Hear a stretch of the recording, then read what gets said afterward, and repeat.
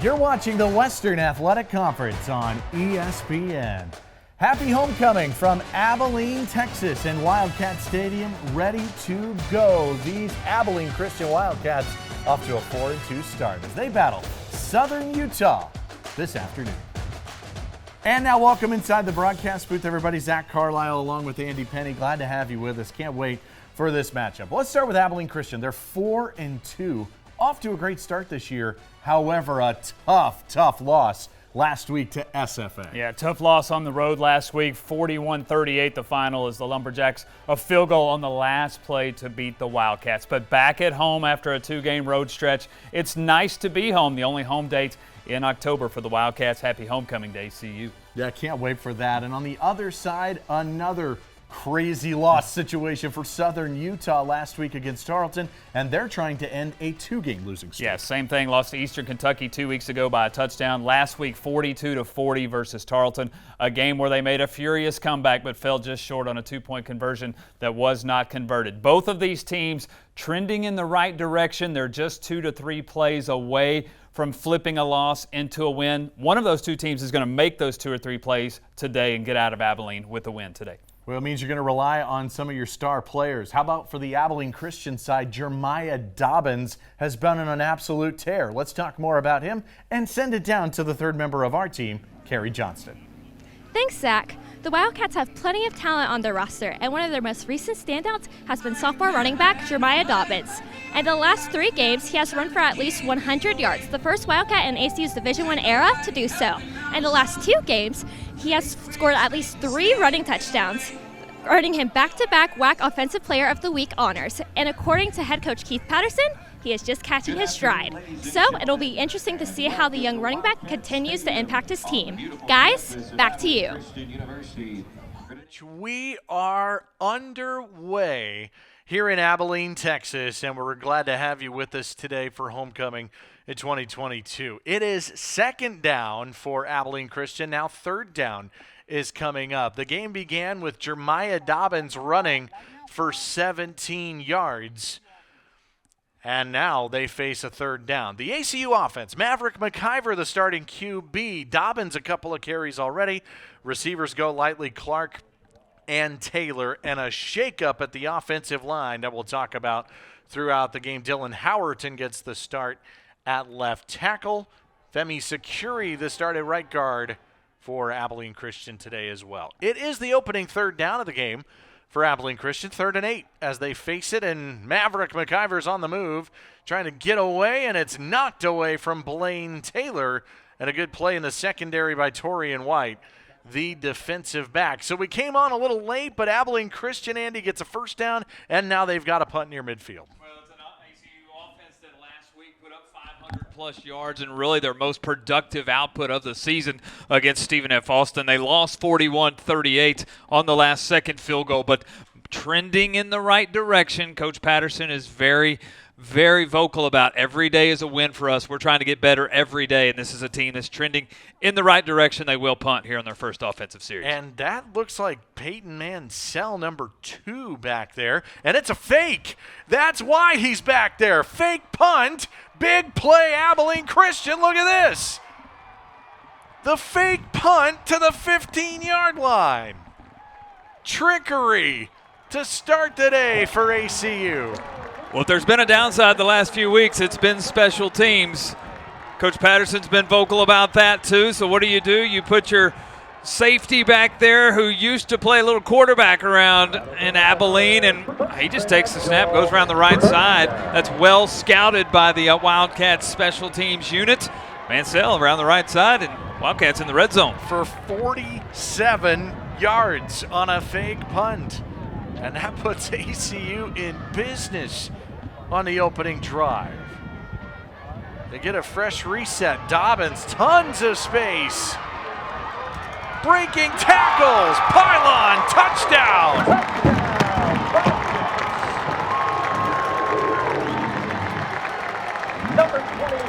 The 2-time player of the week, WAC Offensive Player of the Week for each of the last 2 weeks, picks up right where he left off, Zach. Stretch play going to the left, and Dobbins takes it 15 yards into the house. His 7th now touchdown in 2+ games, and what a great start. Look at the blocking on the edge. Dobbins' speed to get to the pylon, and Wildcats will play with an early lead. They did what on the opening drive? I mean, they're about ready to punt. Mansell takes it for 47 on a fake. Dobbins for the touchdown, and Blair Zepeda with the extra point. And in the blink of an eye, Abilene Christian takes the opening drive down the field and leads it 7-0. What a crazy start today. Well, great start for the Wildcats, who wanted to move the football. They won the football early, and again, 500+ yards last week. It's a team trending in the right direction.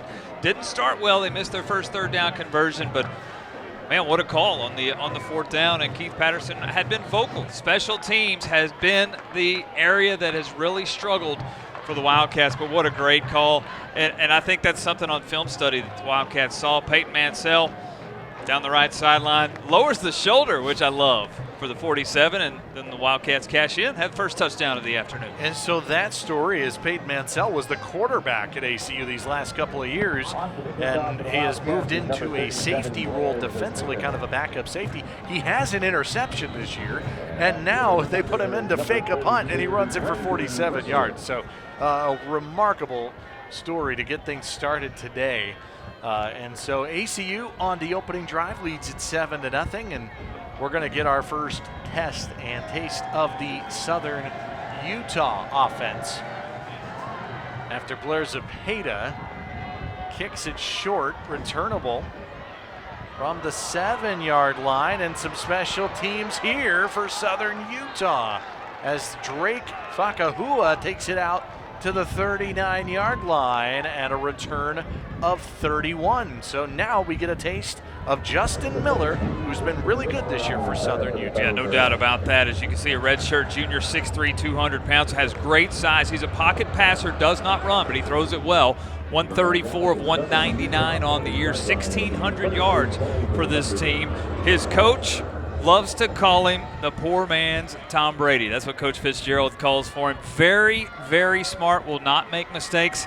And he's got the Thunderbird offense, 1st and 10 on the 40. In a goofy formation with 3 men in the backfield and a handoff straight up the middle. And on to carry is Mitch Muldray. And here is this Southern Utah offense. Bobby Cole, the lead back. They've got good receivers. Wooden, the star there. Taasi, the tight end as well. He's a weapon. And an offensive line that is a little bit undersized coming in against ACU. Average height of just 6'1" in the offensive line. And on first down, back to the ground they go. We're going to see kind of running back by committee. Isaiah Williams gets the carry there for Southern Utah. 4-yard pickup. And Coach Fitzgerald told us on as far as running backs were concerned, it's really whoever's had the hot hand and not the last game, but in practice this week. It's kind of been a carousel at running back, and 2 plays in already, 2 carries for two different backs. And Williams, basically called the guy that's got the most pure talent out of that group. Miller to throw it, and it's tipped, still caught.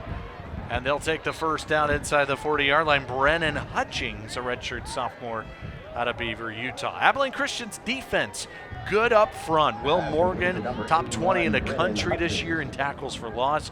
A change at linebacker, Chike Nwankwo gets the start for ACU. And a change at safety as well. Dorian Plumley gets the nod in the defensive backfield for Abilene Christian. Meanwhile, this is a good opening drive for Southern Utah at the ACU 37.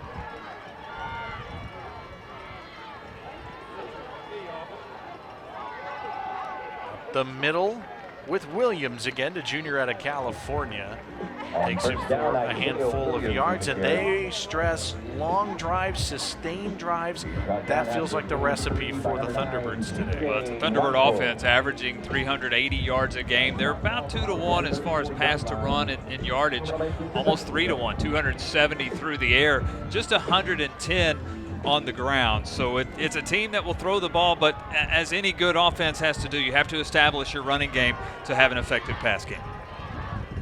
Miller 1,600 yards passing this season, and they're going to fake it. Wants to get rid of it. Oh, had an opportunity down the sideline to Isaiah Wooden, and it falls incomplete. Third down coming up for Southern Utah. This was an opportunity to hit it down the sideline. Sure was. Wooden ran a wheel route up the sideline, had a step on the defender. The pass just off the mark and fell incomplete, and now big third down. Keys to the game for Southern Utah. Yeah, they have to eliminate explosive plays. That's more defensively. They've given up 6 touchdowns of 25-plus yards, and that's led to 2 losses in the last 2 weeks. They need to flip the script. There's 3 or 4 plays each game that can flip the script from a loss to a win. Their last 2 games, 1-score losses, trying to flip that script here in Abilene today. Yeah, we're going to talk about that more in just a moment as well. Third down, 4-man on the rush to the middle, and short of the marker is Braden Whistler, the freshman out of the backfield. It's going to bring up 4th and 2. And Zach, I'll tell you, it's early decision time here for the Thunderbirds, but Miller's helmet came off. He'll have to come off of the field on a 4th down play here, 4th and 2 for Southern Utah, but the offensive personnel still on the field here. I think the Thunderbirds will go for it. That is wild, because if they want to go for it, what do? They're going to bring out Austin Ewing, the backup quarterback. Redshirt junior out of Hawaii, and you're right, it's not an injury. It is just because Miller's helmet came off. He has to leave for a play, and now I think this is wise. Zach, sorry to interrupt you. Southern Utah is going to take the timeout to allow Miller to come back on the field for 4th down. So 4th down when we come back. Early drama. This has been a wild start at Abilene, Texas. Well, how about this? 4th down for Southern Utah, and because of the timeout, Justin Miller, the QB, can come back out for this play. And so an early decision for Delane Fitzgerald, and they're going to go for it, and they are not going to get it with Isaiah Williams, Tyron Bradley, and Torrey Hargrove are there for Abilene Christian, and they get a stop defensively. Chike Nwankwo as well.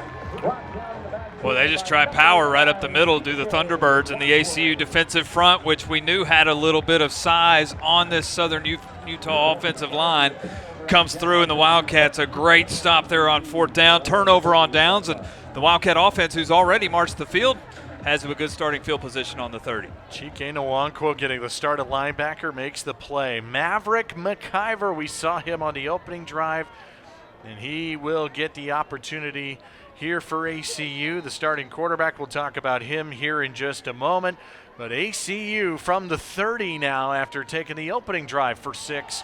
Davion Johnson on a speed toss, sideline, look at that.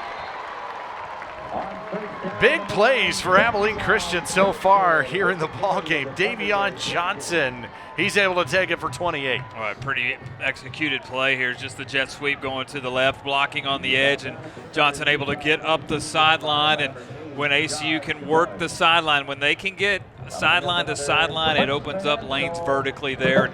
Great play here in the opening quarter for Johnson to get 23. ACU into Southern Utah territory, already up 7-0.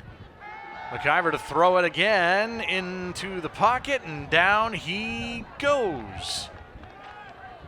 Into the arms of Ryan Suafilo, the freshman out of Orem, Utah. First sack of the ballgame for the Thunderbirds. Thunderbirds have 16 sacks on the year, 47 tackles for loss. They will bring pressure. They'll make plays around the line of scrimmage and even behind it. Maverick fortunate that that's not a 5 to 6 yard loss, able to push back close to the line of scrimmage, just a loss of 1 on the play. And Delane Fitzgerald, when we talked to him this week, he said, you know, we're going to be undersized on the offensive and defensive line, but they are fighting through. And ACU has got a couple of injuries up front as well. 2nd down and 11 outside for Blaine Taylor. And flags. They're late, but the flags fly. And this appears to be a defensive penalty on Southern Utah. Going to hear from Jeremy Tate, our referee. We think for the first time this afternoon.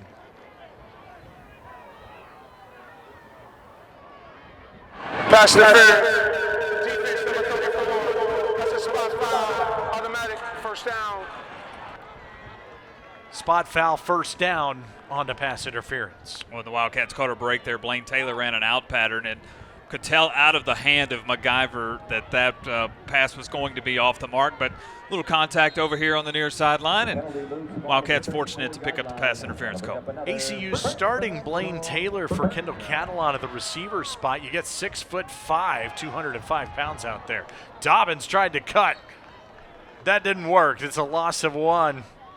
Take a look at the impact players when Abilene Christian is on the field. Dobbins, one of them. Well, he just had the carry. You've already heard from him with a 15-yard touchdown today. Back-to-back WAC Offensive Player of the Weeks the last 2 weeks. 300 yards rushing, 6 touchdowns in those 2 games. 31 for 166 last week. Peyton Payne, 5.5 tackles for loss, 3.5 sacks. He's a great pass rusher for the Thunderbirds. ACU goes quickly with Dobbins, and he's able to get a couple. So now you're talking, what, 9 quarters? He's got 7 rushing touchdowns in the last 9 quarters of action. He had 6 career TDs coming into these last 3 weeks, and he's had 7 in the last 2+ games. And no touchdowns going into the Utah Tech game where he had 3 and then 3 more versus SFA. He's got a season's worth of stats these last couple of games. 3rd and 8 for Abilene Christian from the 32. MacGyver gonna run, and a flag comes out. He's gonna be well short of the first down. And what's the marker? Zach, this is in the area of holding. Typically when it comes from behind the offensive line, that's in the area of holding. Wildcats are short of the first down, so right. It's a, do you take 10 yards, push them out of field goal range, or do you give them a 4th down? 10-yard penalty. 3rd down. We're gonna redo 3rd down and bring it back. ACU might have gone for it. It would have been 4th and 2 or 3. Now, the kicking game has been an issue for ACU, especially here as of late. So that would have been an interesting decision from about the 26 or 27. But now you make it 3rd down and 18. Well, I think Keith Patterson might be okay with another 3rd down play. Let's give our offense one more shot. It is a lengthy field here with 18, but one more shot on offense. 3rd and 18 of the 42. ACU's been spectacular on 3rd down this year. 47%. Top 25 in all of FCS. Free play. Free play, deep shot, incomplete. They were looking for Tristan Golightly. There could have potentially been a flag down here by the goal line as well. This should be an offside, it appeared. Well, we'll see. What's this penalty? Offside. Pitch number 2 in the neutral zone at the snap. 5-yard penalty. 3rd down. That's why they take the deep shot, was because of the offsides jumping from Southern Utah. Yeah, Zach Strand, the defensive end on the top side of the formation here from our vantage point, was jumped in the neutral zone. Good job by the Wildcat offense to go ahead and get the ball live, snap the football. Maverick recognized it. Receivers recognized it. Take your shot on a vertical route. It falls incomplete, but you get another 3rd down play. And we apologize. The scoreboard does show 4th and 13 in-house as well. It means to say 3rd and 13. And ACU's running a screen. Dobbins got some room, needs the 24, and he won't quite get there. But that's a big chunk back. And now it's 4th and 4 coming up for ACU, and a decision to be made, and Abilene Christian's going to kick it. Well, they got a pretty good amount on 3rd down. Yeah, going back to where it would have been a 4th down is short. We're right back before the holding penalty, but Patterson going to go ahead and give Blair Zepeda a chance from 44. 44. Zepeda is 6 for 14 on the season. He's had a rough year, the veteran out of Richardson, Texas. On the way. Off the upright and no good. And Abilene Christian comes up empty on that possession and keeps it at 7-0.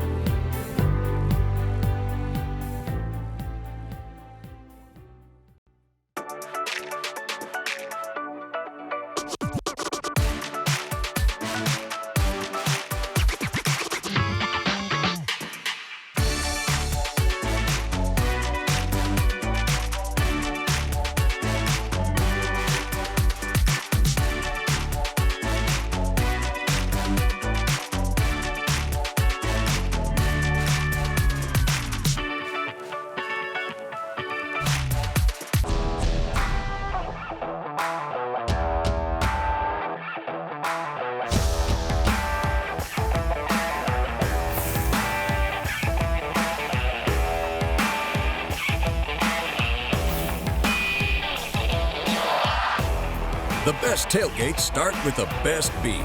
And the best beef starts with United Supermarkets. United Supermarkets, where we do beef the best. Get great seats, safer, simpler, and smarter with TicketSmarter. Choose great seats from over 125,000 live events, all backed with a TicketSmarter 100% ticket guarantee. Get your tickets smarter at TicketSmarter.com.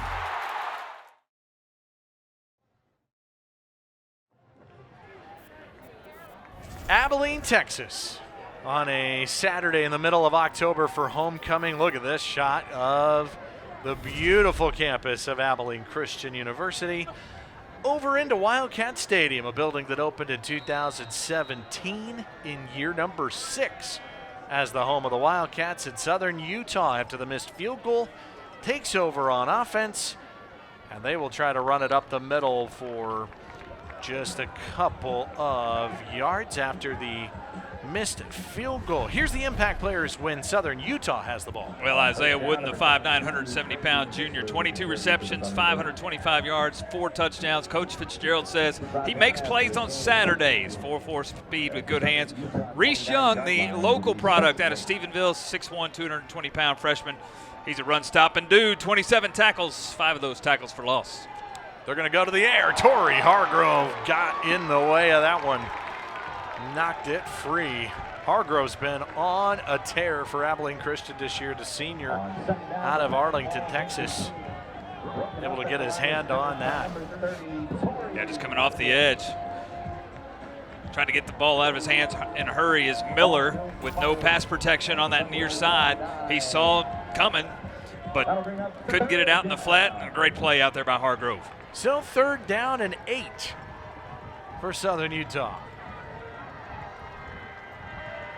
It's been a wild first quarter here so far to get things going. ACU's bringing 5. Miller, comeback route. It's Patrick. Timothy Patrick takes it across the 45. 17 yards on 3rd down. Well, you're right, Zach. 5-man pressure, which left some holes in the secondary. Great pocket for the Thunderbirds. Little curl route. Thunderbirds needed 8. Patrick makes the catch, move the sticks, and Southern Utah keeps the drive alive. Patrick, the redshirt junior, and a transfer from Utah State. The top 3 receivers, all transfers for Southern Utah on the roster, with Patrick Wooden and Steve Jenkins. 1st down. Off the fake, going up top, an opportunity and a catch inside the 20. Isaiah Wooden, why not? 36 yards. Well, right on cue, our impact player for the Thunderbirds. It's a post route with that 4.4 speed that we've heard about. Just gets behind the secondary. Great pass and catch. Miller, a dime right on the hands of Wooden, who makes the catch. And Thunderbirds down inside the 20-yard line. Leads the team in receptions, yards, touchdowns, yards per catch. 24 yards per catch this season for Wooden, the redshirt junior out of California. 1st down of the 18 in the red zone for Southern Utah. Miller off the fake. That's batted away. That's Jordan Pop, the defensive end. Well, 2nd time we've seen on the drive where ACU able to get hands off the edge, as Southern Utah trying to get the ball out in the flats on the outside, but the defensive ends are 1 rushing, but 2 also have the hands ready to knock something down. Pop able to knock that one down. 2nd down and 10 after the 2nd deflection of the drive. About half the time this year, Southern Utah scores touchdowns in the red zone. 14 out of 27 this year in terms of scoring TDs. Handoff up the middle, big hit still going. Braden Wessler, freshman, transfer from the University of Utah, gets a handful to make it 3rd and 6 coming up. It'll be interesting here, 3rd down and 6. I'll tell you, I've been impressed thus far with Southern Utah's offensive line. Good pockets thus far. Coach Fitzgerald, the Thunderbirds, told us in our conference call just a few days ago that, hey, our offensive line is short. They're giving up 20 to 30 pounds today, but they play hard. They've given Miller good pockets to throw the football thus far. Here, 3rd down and 6, I think a passing situation for the Thunderbirds. And they love this quarterback. Miller always seems to make good decisions. On 3rd down, off the fake, running for his life, and a dangerous pass. It's caught by Williams, He's looking for the marker, and he's close. It depends on the spot. And he's going to come up just a couple of yards short. That play looked doomed from the beginning. It's 4th and 2. Well, Will Morgan, the defensive tackle, went for the interception instead of the tackle. He makes a dive for the interception, misses it. Great catch in the flat for Williams. He is short of the first down. Good pursuit by the Wildcats to keep it short of the first down. I thought that might be a point play there, you know, trying to get the interception. You don't. And Southern Utah keeps the drive alive. They still will get a field goal attempt out of this thing. But, yeah, Morgan, again, went for the interception instead of the tackle and came up empty.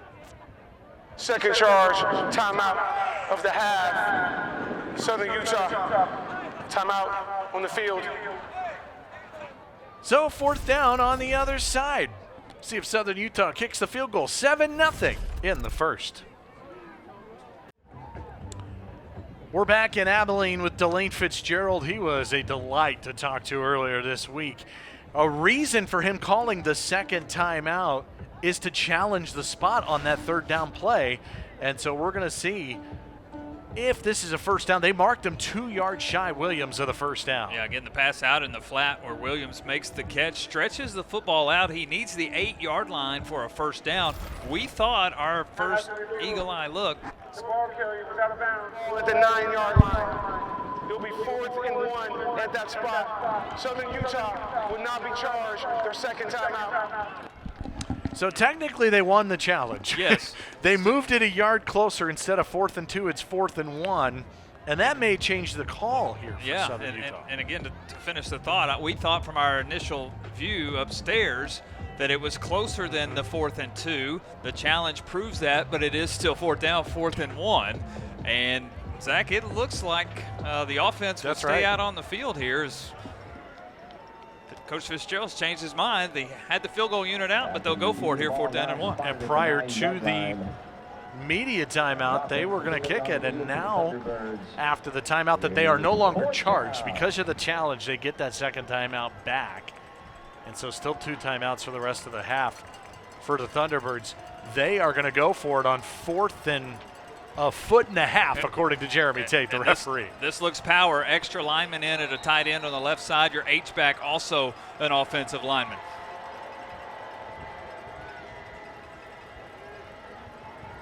They're going to hand it. It's Williams. He needs the 8, it looked like. Does he get there? Abilene Christian doesn't think so. Boy, and I agree. I think he's short. I have not seen the officials point a direction yet. It might come down to a measurement. That was 4th and 1. Abilene Christian has an injured man on the field.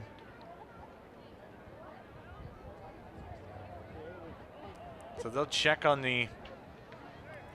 We are not going to be able to look at the chains until they can get Will Morgan up off the turf. And Zach, here's another look. Here's another look. It's a stretch play coming off the left side. We'll try to show you the replay again, but off the left side is Williams. He needs the 8-yard line. Met immediately at the line of scrimmage, falls forward, but again, an initial thought, we thought he was short. Here's a stretch of the chains. And they're short. That's a turnover on downs. Abilene Christian's taken over.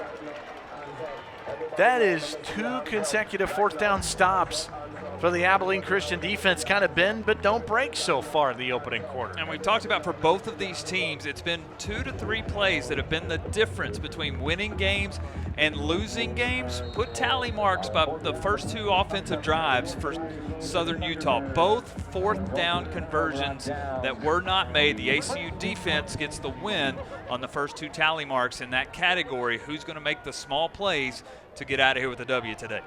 Southern Utah, 2 straight losses, 35-28 and 42-40. They've been so close at 3-3. First down, handoff, Rovon Banks, the superstar freshman for Abilene Christian. He goes nowhere. He's knocked down by Joe Tongamoa, the redshirt freshman out of California, on the defensive line. This has been a crazy first 12 minutes of this first quarter, and ACU goes down the field after faking a punt to get the touchdown. There's been 2 fourth down stops, a missed field goal. I mean, we've been all over the place here in quarter number 1. But the good thing for ACU is they're ahead on the scoreboard. 6 games into this season, they've trailed at the end of the first quarter. In 5 of those 6, they were tied in the other one. So slow starts for the Wildcats all season long, but it's been off to a good start thus far. McIver thought about throwing. Now he's going to tuck it and run, and there's nothing doing there. That looked like it might have been a broken play.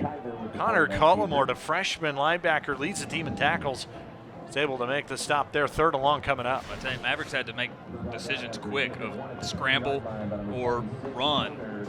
Hasn't had a chance to stand in the pocket yet and let a passing play develop with 3-4 receivers in the formation yet, in the pattern.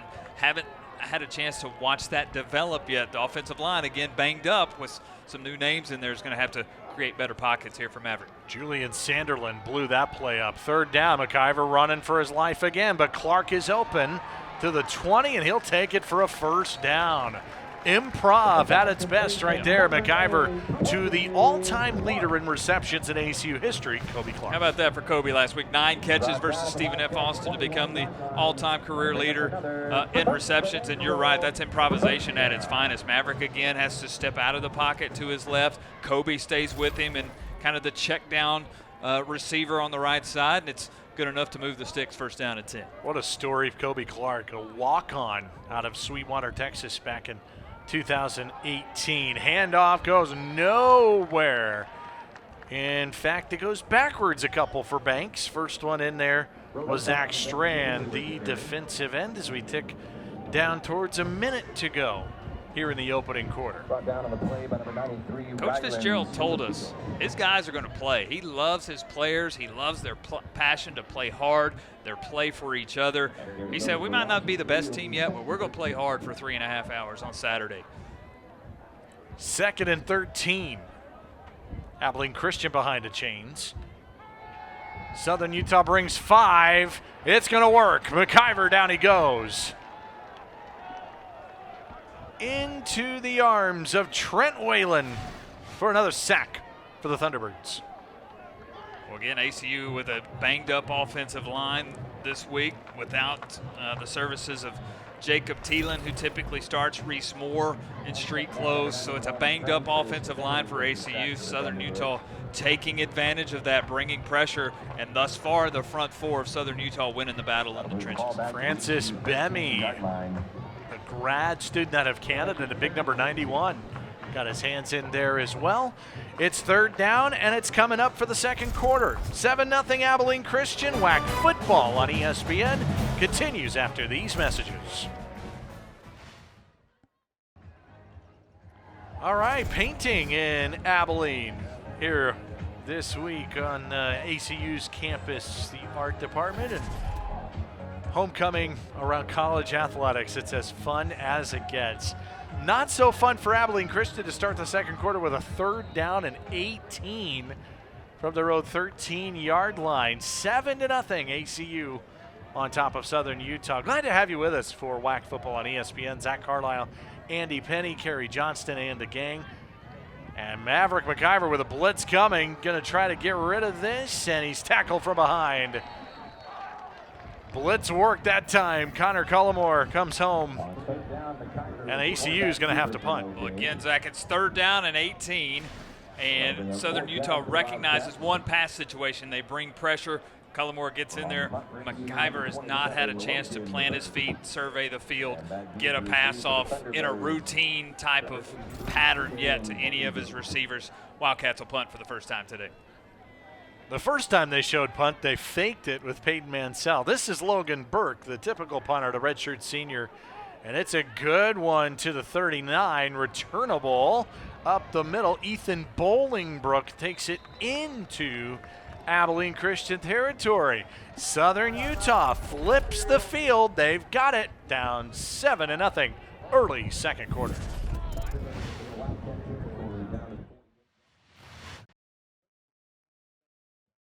Seven to nothing, Abilene Christian in front of Southern Utah as we're barely a minute into the 2nd quarter.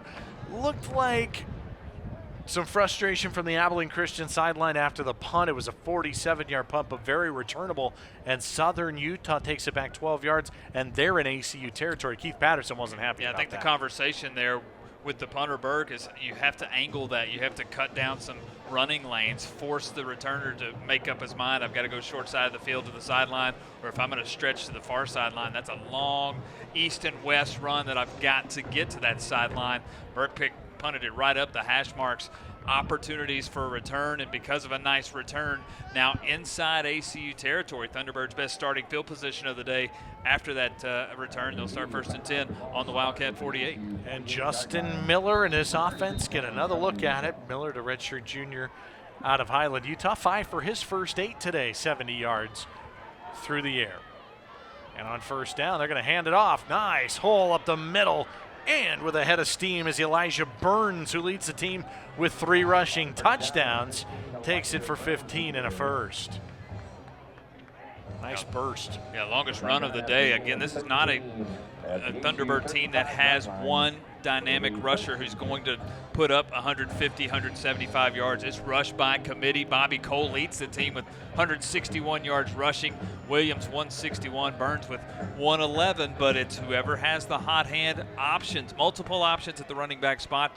Gain of 13 there on first down. Now they'll roll out 4 or 5 guys a game, depending on who they feel they're comfortable with. First down at the 35. Off the fake, Miller. To the outside to Wooden, and they want to get it in their best player's hands when they can. 5-yard pickup to the 30. Check down to Wooden, one-on-one out in the flat, able to avoid the tackle of Dubar and get up the sideline for 5. Wooden again the leading receiver on the team with now 24 catches, had 22 coming in. He had the big catch in the first quarter, and now the one here. He's got 2 on the afternoon, and Thunderbirds continue to move the football. Delane Fitzgerald telling us that his deficiency is he's short. His power is that he's very, very fast. Off the fake, Miller looking down the sideline for Whistler, the running back, out of the backfield in 3rd and 5 coming up. A couple of times they want to get the backs down the sideline against ACU. Hasn't quite connected yet. 3rd down. Yeah, again, the check downs in the flat. This is probably a situation where you might see a check down in the flat or a wheel route. We saw the post pattern to Wooden. Will ACU bring pressure here? 3rd and 5. Going to play coverage. 4-man rush. Miller, down he goes. That's a sack. Into the arms of Jordan Popp, the senior out of Nebraska. Sets up 4th down for Southern Utah. First sack for ACU today. And first one for Popp on the year, and it's a coverage sack. Linebackers play coverage. Popp's just off the defensive end, steps in. He tried an edge rush, then stepped in, cut inside. He was able to get inside the left tackle and get the sack. Thunderbird's going to go for it. 0 for 2 on 4th down. They're going to try it again. They've tried a pair of 4th and 1s that haven't gotten there. 4th and 6 this time.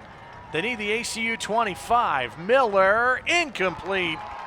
Couldn't get it to Wooden on the outside, and the 3rd turnover on downs for Southern Utah. And it's a miscommunication for Southern Utah as the Wildcats brought pressure that time. They brought 6 with the blitz of the linebackers, forced Miller to throw a hot route, a quick decision. Receiver on the far side did not recognize it and did not cut off some sort of route at about 6 yards. He ran the deep route. Miller threw the short route. Because of that, it's an incompletion, and on 4th down, that's a turnover on downs. 0 for 3 now are the Thunderbirds on 4th down. Yeah, they really were looking, and I wasn't sure if the route wasn't on, but Tristan Anderson in coverage did a good job. And Abilene Christian takes over at the 31. Here they come. Quick throw, Colt Cooper, the tight end, right around the line of scrimmage. Redshirt freshman out of Quinlan, Texas, redshirted last year at ACU. Seems like passing game's been a little more horizontal to start it for Abilene Christian. Yeah, I think both teams recognize the ability to run, and ACU's had so much success running the football with Dobbins the last 2 weeks. that's part of it. We're going to do a lot of play action with Dobbins right now and try to get the ball out on the edge. Dobbins averaging 6 yards a carry, just a handful of them to start it. McIver pressured again, a sliding catch for Clark, and he's down right there.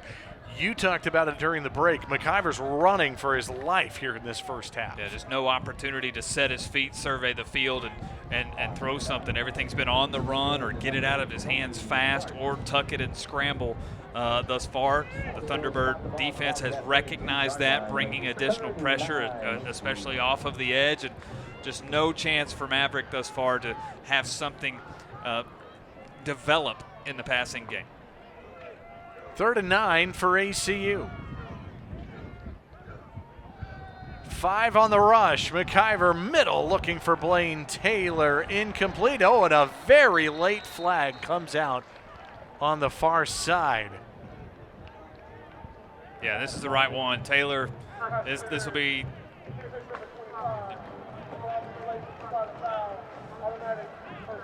Yeah, this is a pass interference. Taylor, the whole left jersey of Taylor was exposing. The shoulder pad was exposed on the left side. The jersey was being tugged really well, and the official behind the play saw it. And Wildcats will get them new set of downs courtesy of the penalty. So if there's a jersey malfunction, you know the flag's probably coming out. First down for ACU at the 40. Dobbins, oh my goodness, he's erased.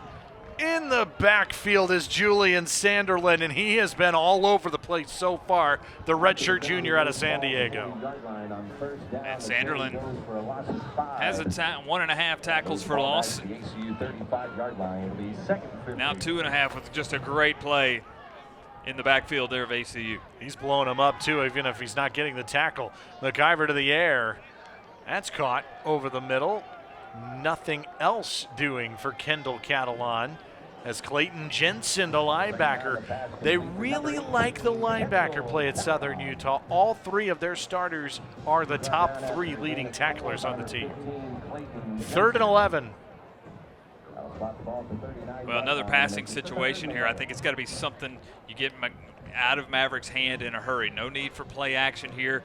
Dobbins behind him here. We'll see if Dobbins stays in for pass protection or if he gets out, have a 5-man receiving route here. Apologize for the change on the down marker. It's 3rd and 11, and McIver sacked. They get home again. Rylan Suafio and Francis Bemmy. Southern Utah's playing well up front. Well, they're owning the line of scrimmage. Well, that's just off the edge. Maverick has no chance there. That's a design pass play. Southern Utah knows it. Just easy pressure off the edge, and another sack for the Southern Utah defense. We mentioned the changes at offensive line. That has shown. Burke trying to get into one. Returnable again. Bolingbrook looking for some space across the 31-yard line. Defensive battle. 7-0 ACU homecoming 2022.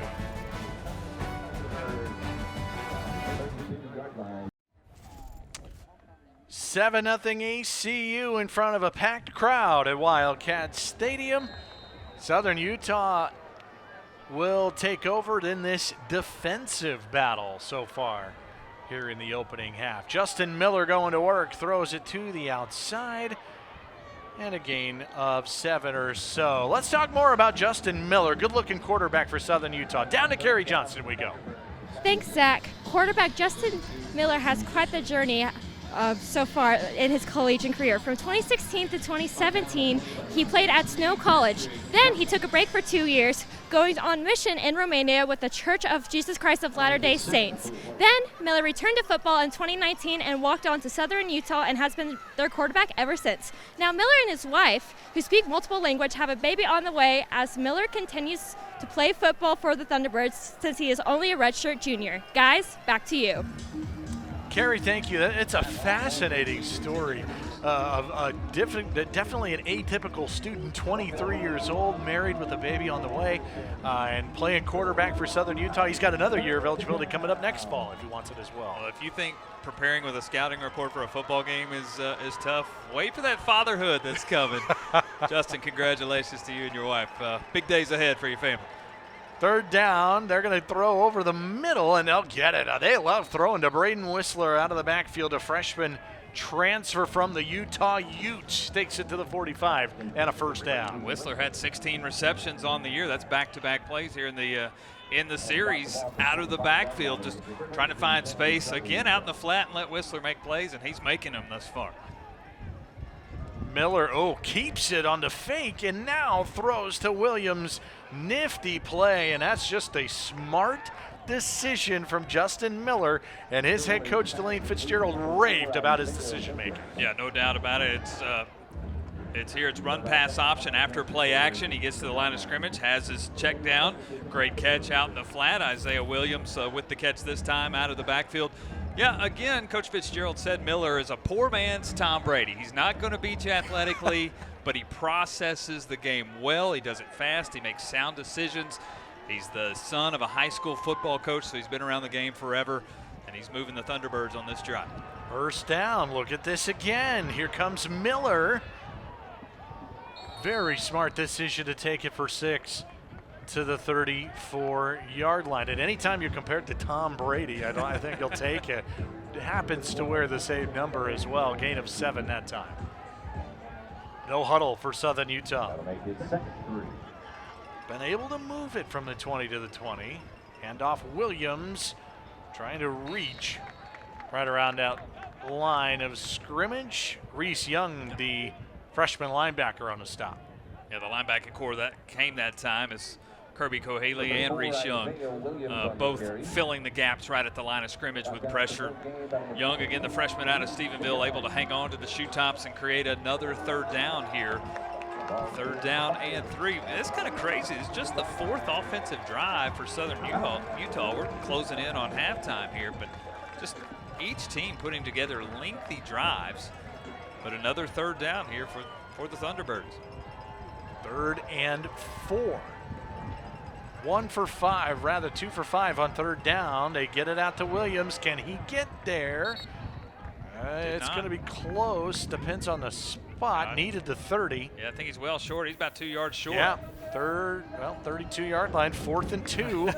3 possessions, 3 4th down attempts, 0 for 3 on 4th down. Why not try a 4th? I think you're out of field goal range. I think the Thunderbirds go for it again here, 4th down and 2. We're talking 50 yards from here. Yeah,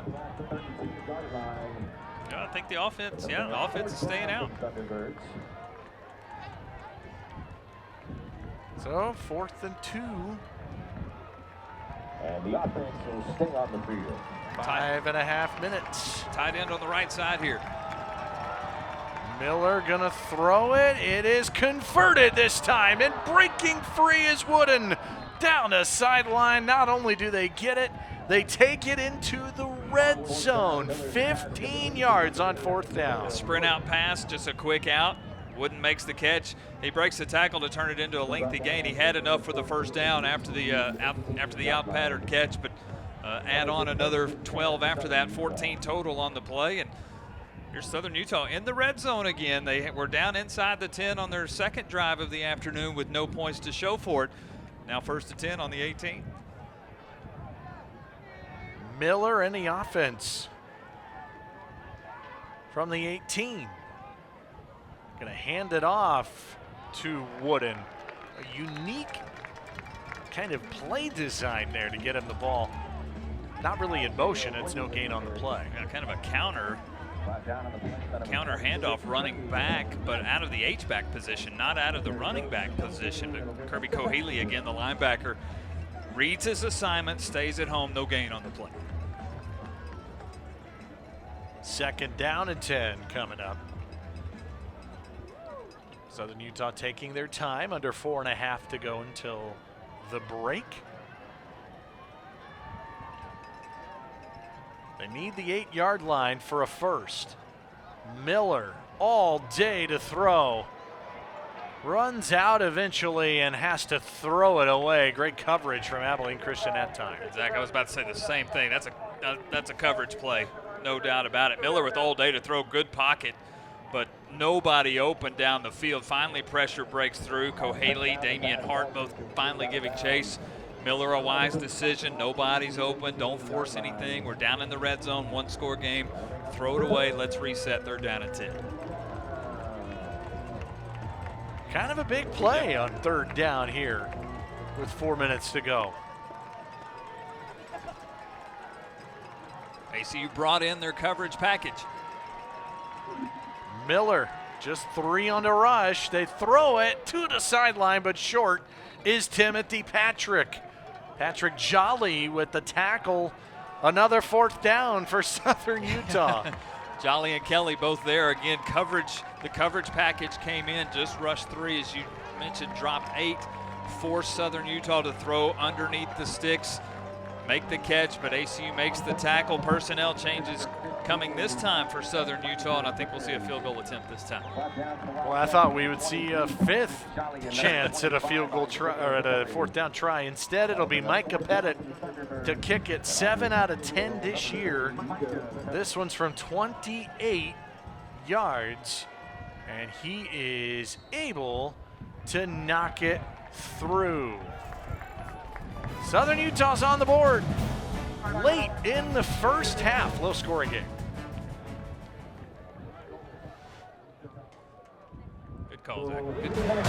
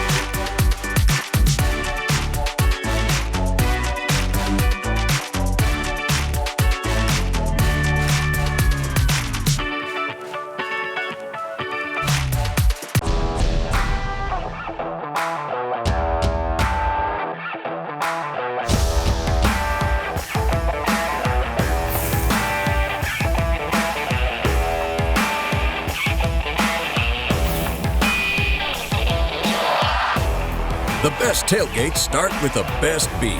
And the best beef starts with United Supermarkets. United Supermarkets, where we do beef the best. Back on the campus of Abilene Christian University. You got to love homecoming week, don't you? After chapel and then getting ready for the football game. Here's what's coming up at halftime. There they are, Joseph Chapa and Coy Oslin. They're talking about the first half, getting ready to see what's happening, and they'll break it all down with stats and highlights and analysis coming up on the ESPN Halftime Report. Well, 12 plays, 57 yards in 5.5 minutes, and Southern Utah gets on the board. Zach, I think that's a win-win drive for both of these teams. Southern Utah has had offensive success today, but has been unable to put any points on the board. ACU on their side has had defensive success, bend but don't break. They've eliminated 4th down conversions. Every time Southern Utah had gone for it on 4th down, prior to that drive, ACU had held. This time, Southern Utah decides instead of going for it on 4th down, let's get points. So ACU defense holds again. Southern Utah, though, breaks the goose egg on the scoreboard. Jake Girardi, who is the punter, also does kickoffs. The lefty sends it back, and Davion Johnson from the 5-yard line. Chance to return it. Got some room. Davion Johnson. A flag is down on the return, and Davion Johnson takes it all the way to the 35-yard line. But will it stand? First big return this season for ACU. Zach, I'm afraid this one's in the area of a block in the back. You would think. As the ACU kick kick team goes down and sets themselves up for blocks, and the kick coverage team of the Thunderbirds coming down the field. I think this is a block in the back. Are we right, Jeremy Tate? During the return, personal foul, illegal blindside block. Receiving team coming to 26. 15-yard penalty from the spot of the foul. It's first down, Abilene Christian. Illegal block is right. It's actually a personal foul blindside block there for ACU. Yeah, the blindside block, but that's what opens up the lane for Johnson to get up the field with the nice return. So it happened quick, but you did see it there on the right side of your screen on that replay for it to take place, and so it brings it back to the 25. So it's basically a touchback. All right, Zach, this is gut check time for an offensive line. Again, banged up and bruised and trying to gel as a unit today. ACU with 54 yards of rushing. Remember, 46 of that was on the fake punt attempt by Peyton Mansell, so only 8 yards of rushing thus far for the Wildcats out of the offensive set. They're going to try it here with Dobbins coming left. Nothing doing, maybe a yard. A good tackle made there up front by Trent Whalen, the linebacker. Well, they tried the stretch play going left there. Nothing between the tackles. Tried to stretch to Dobbins going to the outside. Just nothing there. When the run game's going, the play action pass game is going to struggle too. Just 1 yard for Dobbins there. Cameron Daly actually rather on the stop there with the 1 yard gain. McIver now off the fake. Looks middle. Got Tristan Golightly. Big play into Southern Utah territory. And he takes it to the 36-yard line. They needed a big one. They got it 40 yards. Quick pass and strike. You get the play action out of the backfield. Golightly, a quick slant. Finds some space. Maverick gets it out of his hands in a hurry. Wildcats will go in a hurry here too. Golightly leads the team 17 yards per catch this season. Dobbins has room now. Going to take it for nearly another first down. So we approach 2 minutes to go. Back to the Golightly catch. Yeah, again, it's a quick play action, but Maverick gets it out of his hands in a hurry, and it's just a quick slant between the second and third levels of defense. Golightly turns it into a big gain. ACU goes quick. They set up a screen. Kobe Clark has it down the sideline. They did give Dobbins a first down on that run, and now they get about 7 more into the red zone. How about this drive here before the half? A little bit of pace on this one, too. I don't think it's 2-minute offense necessarily. I know we're within 2 minutes, but a little bit of tempo on this drive that's paying dividends. ACU also has all 3 of its timeouts. Second and short. Blitz coming. They throw it behind, but still caught. Blaine Taylor. Acrobatic catch to the 10, first and goal. That's what 6'5" will do for you in the red zone. I was thinking the same thing, looking at my stat sheet. How tall is he listed? 6'5"? I don't know if that was by design to throw it up over the helmet, but it pays off when you have a receiver in Taylor at 6'5", and it's first and goal at the 10-yard line. How about that wingspan to get a reaching behind? First and goal for ACU. They go to Dobbins. Going to take it for 3. And a timeout, it appears. Southern Utah calls the timeout. 1:22 until halftime. ACU driving up 7-3. A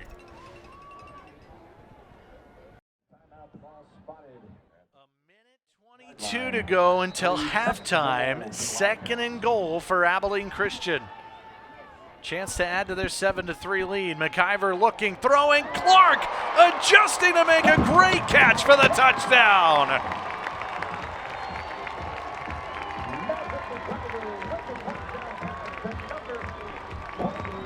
Well played, well designed play. Kobe coming across. He's in the near flat, back shoulder throw.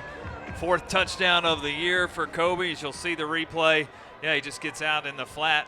Miscommunication by the Thunderbird secondary, and Kobe takes advantage for the Wildcat touchdown. Career grab number 19 in the end zone for Kobe Clark as he continues to have a remarkable senior season. Blair Zepeda caps off in 7 plays, 75-yard drive.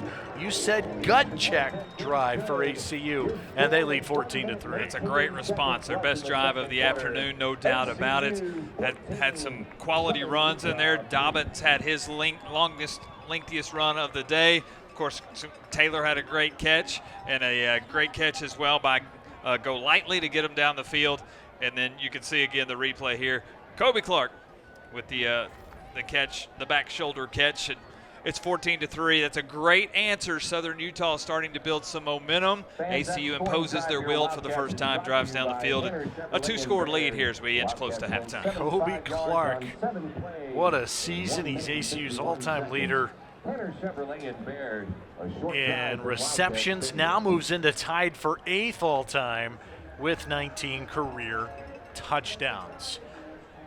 So a minute 18 and a timeout for Southern Utah, now down double digits as ACU has its biggest lead of the game.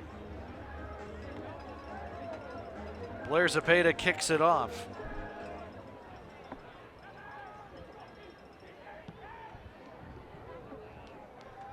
Touchback it goes out to the 25, and whoa, bodies flying on the turf there after the play. No flag, and out to the 25, Southern Utah with a little bit of time here to try to go down the field. Yeah, absolutely. And, you know, they get the football to start the second half. They won the toss, so they'll get it to start the second half. So if you can get into a position where you can at least get 3 here to get back to a 1-score game and then get the football, they need a little bit of momentum. Zach, that's the first time that I had seen a Southern Utah team feel a little worn out. We know through attrition and first-year coach Fitzgerald that their numbers are a little lower than what he would like as far as guys ready to play on the FCS level. He was worried about altitude and heat today, and that's the first time that I saw a Southern Utah team look a little gassed there defensively. They'll need a little emotional momentum here if they can pull it off here in the last minute and a half. Trying to throw it to the outside for Steve Jenkins. That might have been his first target of the game. Basically, Justin Miller just throwing that into the turf, 2nd and 10. Miller's had a good half, 12 of 19, 125 yards, again managing the game well. They'll go with an empty backfield set. Haven't seen this much this afternoon, but obviously a passing situation here with an empty backfield. 1 timeout, 3-man pressure, and those are 2 very quick incompletions. And so now ACU might be thinking getting another stop here. Wow. You almost flipped the strategy here. Yeah, 14-3, ACU with all 3 timeouts. A minute 10 to work with. If they can get a quick stop here, another incomplete pass, Wildcats could potentially get good field position. This is a huge play. This is one you mark down as far as, you know, flipping the script. Who can make a play here on 3rd down and 10? 8 seconds has come off in the first 2 plays total. 3rd down, ACU brings 4. Miller steps up, floats it out of the hands of Timothy Patrick, and it looked like he might have had a chance on the sideline, and that's a 15-second 3-and-out for Southern Utah. And give Miller credit to keep this play alive. Obviously, they're off the playbook here as he scrambles to his left. Had the receiver Patrick, who had the opportunity to make the catch, which would have been enough for a 1st down. But again, this play, when you mark it on the sheet, this one goes the way of ACU. And Wildcats, again, with all 3 timeouts and a minute to work with, they'll have a chance to be aggressive offensively. And so the punt for Girardi. Well, he gets into this one. What a punt, out of bounds at the 16-yard line. That's 59 yards, and of course, he has a long of 73 this year. They think this guy is an NFL prospect. Average of 49.5 on the year. We kind of chuckled this week because the coach said, hey, he's one of our best. He's a great punter. And we thought, okay, altitude, you're in Utah, whatever. He just proved us wrong. Kudos on the punt. I don't know if it changes the strategy here for ACU if you go conservative and get to the half of the 14-3 lead, but now a long field to have to try to navigate here with just 56 seconds left. Officially a 58-yarder. That is a weapon, is it not? My goodness. And so ACU, 3 timeouts, 56 seconds. We'll see what the approach is for the Wildcats. And they're going to throw it. McIver going to take off, stumbled, got away, and runs up to the 20-yard line into the arms of Cody Coleman. Well, no timeout. So ACU looks like they'll go conservative and take an 11-point lead to the half. I think I saw some vertical routes on that play. Maybe that's where you take your chance and see what happens on first down. It doesn't come to fruition. Oh, and out of the hands of Tristan Golightly. Well, Golightly took a shot. No flag. Golightly comes out, and he is in a little bit of pain. Look at this. Huge hit there at the end. Roderick Ward, clean hit to time that up. So now third down, just 27 seconds. And you figure both teams are just trying to get out of here and go into halftime.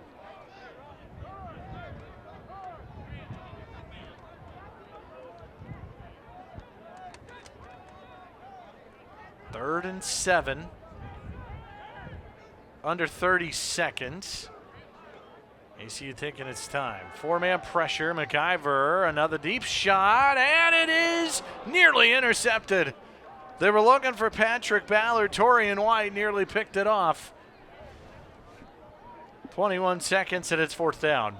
Well, again, just taking a shot on a third down and long play. Torian Wright plays the vertical route perfectly. Just a fly pattern down the field, and White is all over that. So now it forces a special teams play here with just 20 seconds left. Yeah, and I can't tell if you're trying to be aggressive or are you trying to run the clock out. It looked like an identity crisis there for ACU, and they're going to punt, which they had 2 punts blocked last week in their wild loss to Stephen F. Austin. Burke, who gets that away. Returnable for Bolingbrook. 13 seconds to the 39-yard line. Yeah, I agree with you. That was unique. When you run a first down play, that Maverick has to eventually just scramble. He gets 2 or 3, but the clock doesn't stop. Not necessarily in a hurry. It gives the feel of, hey, let's get this thing to halftime, and then back-to-back incompletions, which forces your special teams on the field. And now, yeah, just 11 seconds left. But Southern Utah does have the football with those 11 seconds and 1 timeout. I would think here you're going to see, even with the 1 timeout, you can work the center of the field here. You can work a seam route up the hash or post pattern center of the field. You can work the sidelines, obviously. We've seen the wheel route out of the backfield a few times. Options here for the Thunderbirds. We'll see what Blair Peterson, the OC, wants to do. Miller throws underneath. It's a catch. And down and a timeout. Marcus Phillips on the reception. It's only a gain of 7. There's 4 seconds to potentially set up some sort of Hail Mary try. That's really the only option now. Yeah, it's trick play or Hail Mary. Now, well out of field goal range, obviously, and not many plays to work with. You need all 54 with just 4 seconds. Or, try to get a defensive penalty where you get an untimed down and get a little bit closer. But desperation time here for Southern Utah.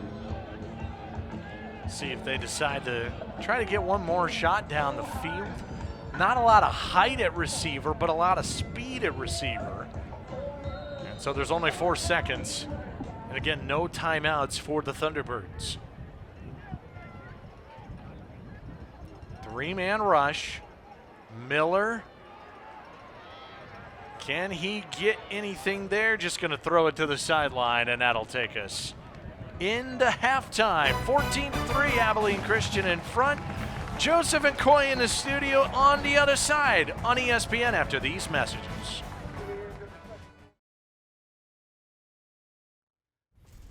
(14-3), the Wildcats lead the Thunderbirds here in Abilene, Texas. Southern Utah making their first trip to Abilene, Texas. And we say welcome inside our studio. Coy Oslin, Joseph Chapa, welcome back. Joseph, real quick question, thoughtful question. What do you want to see in the second half? And I really just want to see more better efficiency from both quarterbacks. I think Maverick McIver, Justin Miller do a good job at those check downs, just move the offense, moving the chains at a slower rate. But if you can be more efficient at a quicker tempo, that's what your offensive coordinators and your head coaches want in this ball game. And speaking of head coaches, we got a new head coach here at ACU, at Keith Patterson, and we have a new Gator fountain here at the plaza here at Abilene Christian University. And our very own Carrie Johnson is there live for her sideline report on the new Gator fountain. Thanks, Zach. Though campus is bustling this weekend with homecoming, campus has been bustling for a completely different reason: construction projects. The newest construction project, which just finished this weekend, is Peck Plaza and the new Gaeta Fountain, which was sponsored by the 102-year-old sorority, the Women of Gaeta. Meanwhile, Moody Coliseum finished a multi-million-dollar renovation at the beginning of the semester. Moody will be used to promote student life, but also will aim to attract new students and athletes to one day become Wildcats. Guys, back to you. Carrie, thank you very much. And Joseph and Coy, well done in the studio as we get ready for the second half of action. And so, away we go. 14-3, Abilene Christian in front. Southern Utah is going to get it to start quarter number 3 because they deferred after winning the coin toss to get us started. Blair Zepeda kicks it off. Glad you're with us. And away we go in the third quarter, and here comes Southern Utah. And so, Andy, it was a very interesting first half. A lot happened, and it was a defensive battle for a while. Now ACU leads by 2 scores. Yeah, really a chess match there in the first half. Both offenses trying to feel out the defenses. The yardage is similar as Southern Utah with 175, ACU with 187. I think the tail of the tape right now is the ACU defense coming up with big plays. Southern Utah was inside ACU's 35 on each of the first 4 possessions. Only 3 points to show for the Thunderbirds. So I think right now the storyline for me is ACU's defense inside the 30-yard line. Drive start to the 25. And Southern Utah to throw it right away, nothing doing. And you're right, they moved it and they went for it on 4th down 5 different times and was only able to convert one of them, and they eventually got a field goal out of that. But for the most part, from the 30 to the 30, they've been pretty good. Yeah, they moved it well. And again, their first drive, it ends at the ACU 30, and they turn it over on downs. The second drive's inside the ACU 10, turn it over on downs. The third drive at the ACU 31, turn it over on downs as well. Oh, to the outside, breaking free, Braden Whistler. When number 32 is in the game, they are giving him the ball. He is really fun to watch. We did not really have Whistler on our scouting report today with the notes that we had put together, but the best run of the day for the Thunderbird offense, Whistler for 16. And he's been special today. He's caught some passes out of the flat and made some moves and got some yardage in the receiving category, and now 16 through the rush. 4 yards per carry this season. Breaks one off for 16, and another nice gain close to the first down marker again. As he tackled by Tristan Anderson, and gain of 9, calling 9.5 to the 50, and a little bit of tempo here from Southern Utah. Yeah, Thunderbirds trying to go quick here, especially second down and short. Going to throw it quickly outside, caught. It's Wooden. There he goes, down the sideline, trying to tightrope the sideline, and he's out of bounds at the 35. Boy, big time gain of 15 yards. They'll mark him out. He tried to get down the sideline, couldn't do it. This is the first ever meeting between these two programs. Abilene Christian, 2nd year in the WAC. Southern Utah, 1st year in the WAC after moving over out of Cedar City, Utah, coming down to Abilene, Texas. Handoff up the middle. Not much doing there for Williams, but the big plays, it's been Whistler on the sideline and now Wooden. Those are kind of the spark players for this Southern Utah offense. Well, Wooden on that last play, the 15-yard pass and catch, 2nd down and 1. The playbook's wide open on a 2nd and 1. We have the Thunderbird coaching staff just to our left. They want tempo. They're trying to get this thing tempo, especially on the 2nd down and 1. Wooden had single coverage on the near side. Get it out in the flat, let him make a catch, 15 yards up the sideline. 2nd down and 10 of the opening drive to the 3rd. 4-man pressure to the outside, couldn't quite get it there. Stumbling just a bit was Steve Jenkins. Didn't quite get to him on the outside. Well, good pocket here, just a tad bit underthrown. Miller had to throw it over the linebacking core, get it inside the receivers. It was there, just a little bit underthrown. Jenkins, a great effort, but now here we are again at the 35, inside the ACU 35. This is where the Thunderbirds have had trouble continuing drives. 3rd down and 10 now here at the 35. It's been the same script this entire ball game. No man's land, because from here it's a 53-yard field goal. Third down off the fake. Miller with pressure gets it onto the screen to Patrick. Trying to come back to the other side of the field. Timothy Patrick with great effort, and he's very close to the marker, maybe a half-yard short. That's absolute effort. Tempo here for Southern Utah. Going to go fast. Trying to get ACU caught subbing. They are going to snap it. It's a high snap. Miller trying to improvise first down. Oh, my goodness.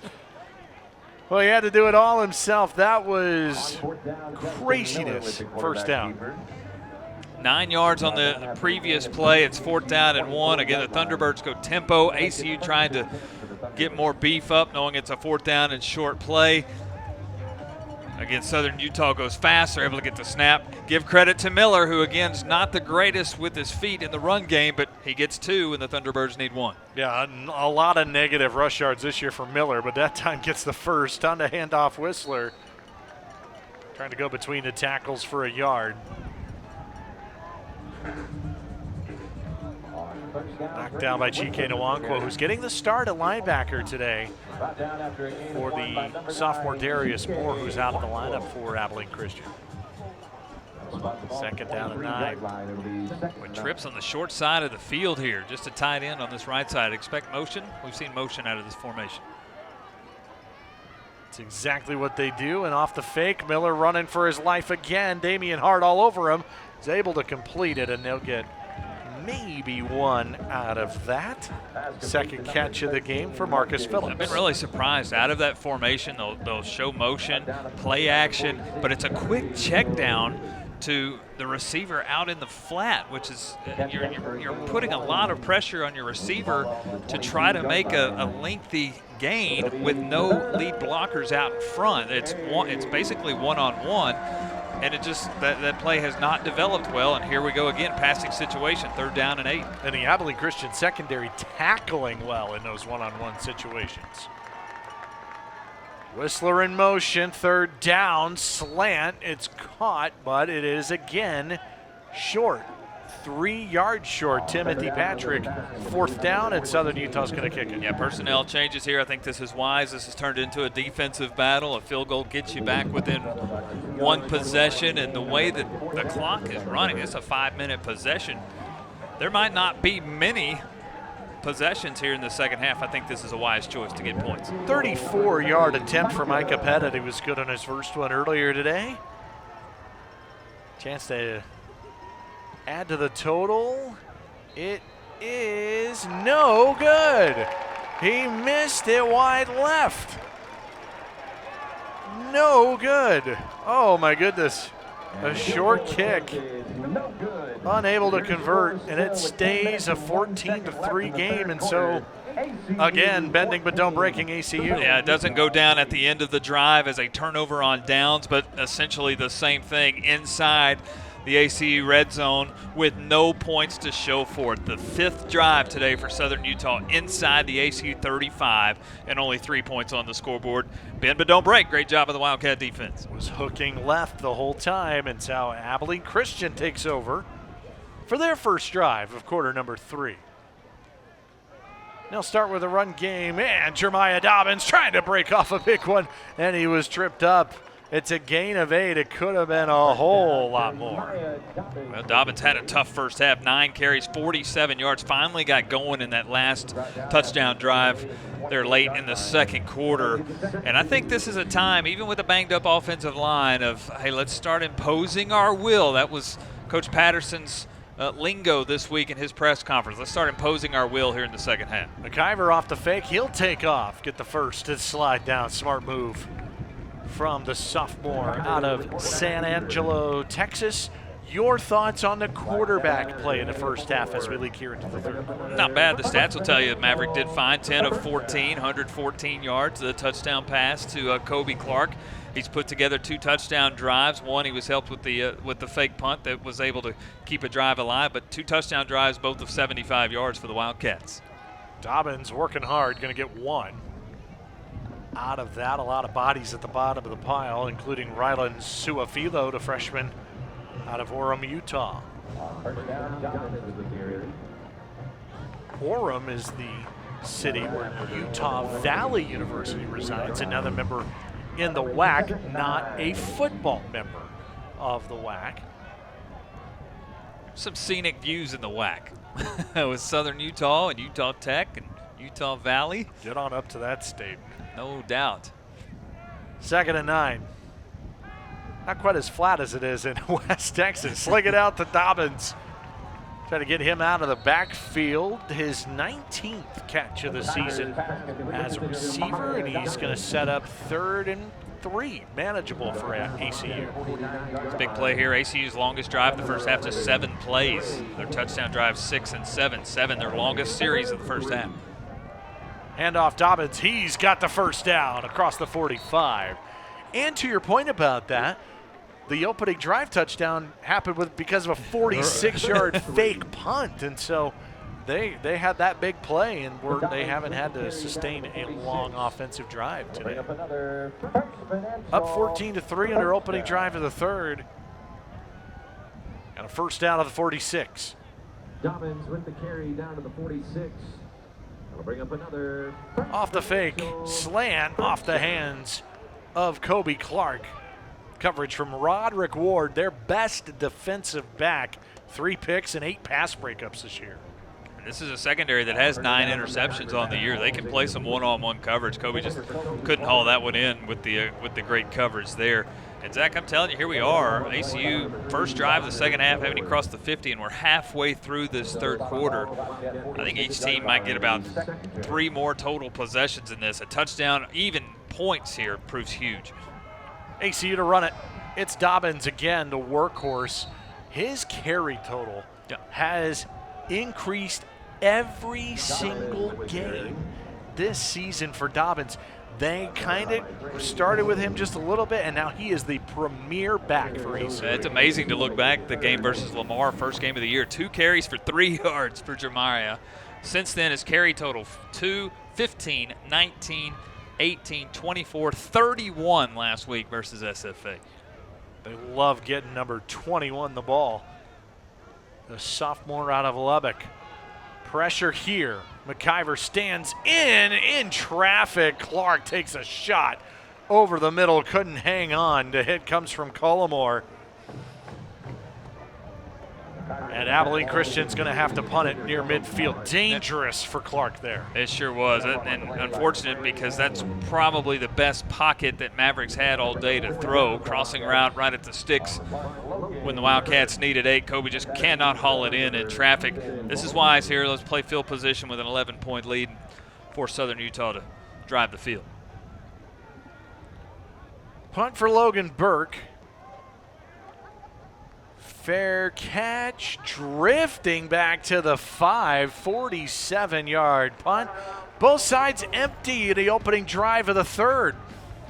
We're only got 6:45 to play in the third quarter.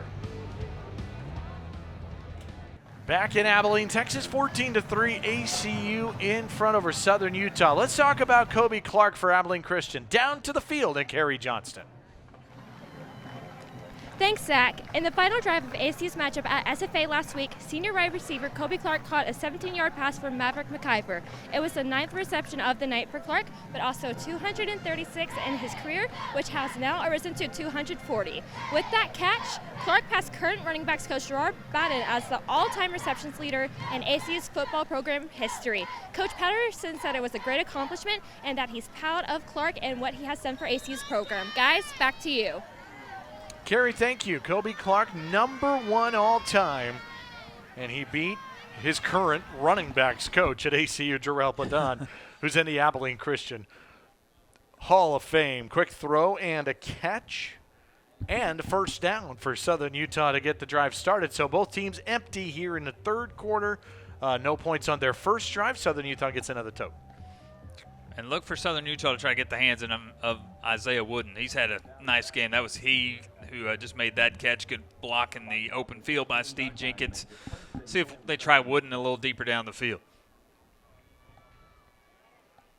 Drive started at the 5, and now Miller, speaking of down the field, oh, what an effort, what a catch! A one-hander, Timothy Patrick with Anderson all over him. First down into ACU territory. That's what the Thunderbirds needed, one coverage down the field. We haven't seen many vertical routes today, but look at the one-handed, left-handed catch by Timothy Patrick. They're going deep again. Miller, one-on-one. Oh, it's a caught. How about that? Touchdown, Southern Utah. Isaiah Wooden. He goes up and catches a jump ball and then takes it in. 38 yards to Patrick, 47 to Wooden. And Southern Utah has their first touchdown. It's back-to-back vertical plays. We've seen so many in the flat right at the line of scrimmage. That's a jump ball, a ball that's underthrown by Miller, but Wooden with great athletic ability up over the top, makes the catch, gets into the end zone. Incredible drive for Southern Utah. The extra point is good.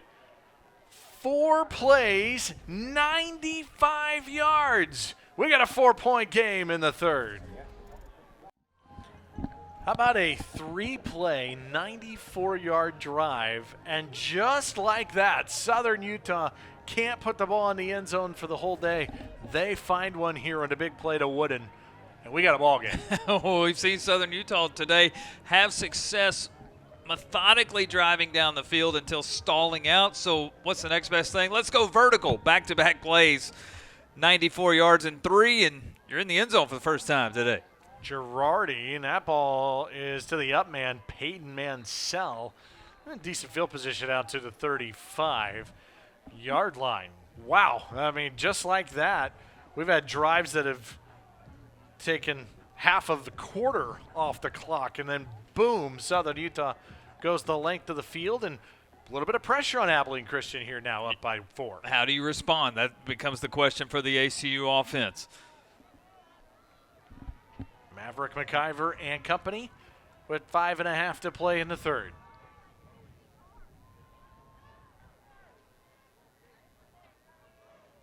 Gonna get the drive started with Jeremiah Dobbins, and he is into the arms. Well played up front. Trent Whalen one-armed that one. That's a loss of 3 on the play. Well, we saw so much success for Southern Utah, especially in the first quarter with tackles for loss. That now their 7th tackle for loss on the day defensively. I believe they're going to dial up pressure again. They're going to force Maverick to make quick decisions here in the passing game. 4 on to rush, and McIver, no chance to do anything that time. It's another sack for the Thunderbird defense. Bevy of options. Joe Tungamoa was in there as well. Big number 96 on the D-line. Yeah, it's just a pocket that collapsed. That's with Dobbins staying in to help pass protect. That's 6 Wildcats back. I believe just 4 rushing for Southern Utah, but able to get there. Now a long field, 3rd down at 16. Sack number 4 for Southern Utah today. They rushed 3. Dobbins into flat. Lightning fast 3 and out. Thunderbirds about to get it back. That's his outstanding defense there from SUU. Well, again, dial up the pressure. You can see here, and ACU looks like anticipating pressure coming on 3rd and 16. They set up conservative play call, but a screen. You allow the pressure to come through. You try to get Dobbins in the flat with lead blockers who are releasing off the offensive line, but Southern Utah plays it well. 3-and-out series. Wildcats have to punt the football for the 5th time today. Logan Burke. Bolingbrook will call for the fair catch. It's loose. And they're going to jump on it at the 24-yard line. Dangerous right there for Southern Utah. It's a 41-yard punt. Thunderbirds have it, down 4. Punt down by the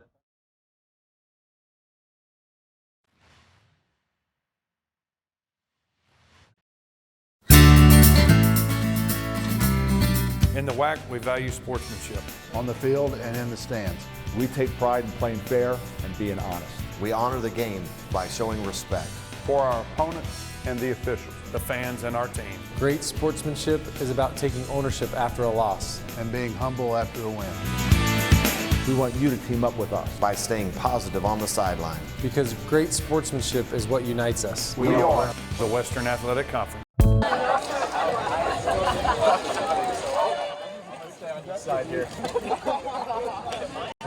Our early leaders sought a new campus on which to build a better future. Surely they could not have imagined how much their vision would grow.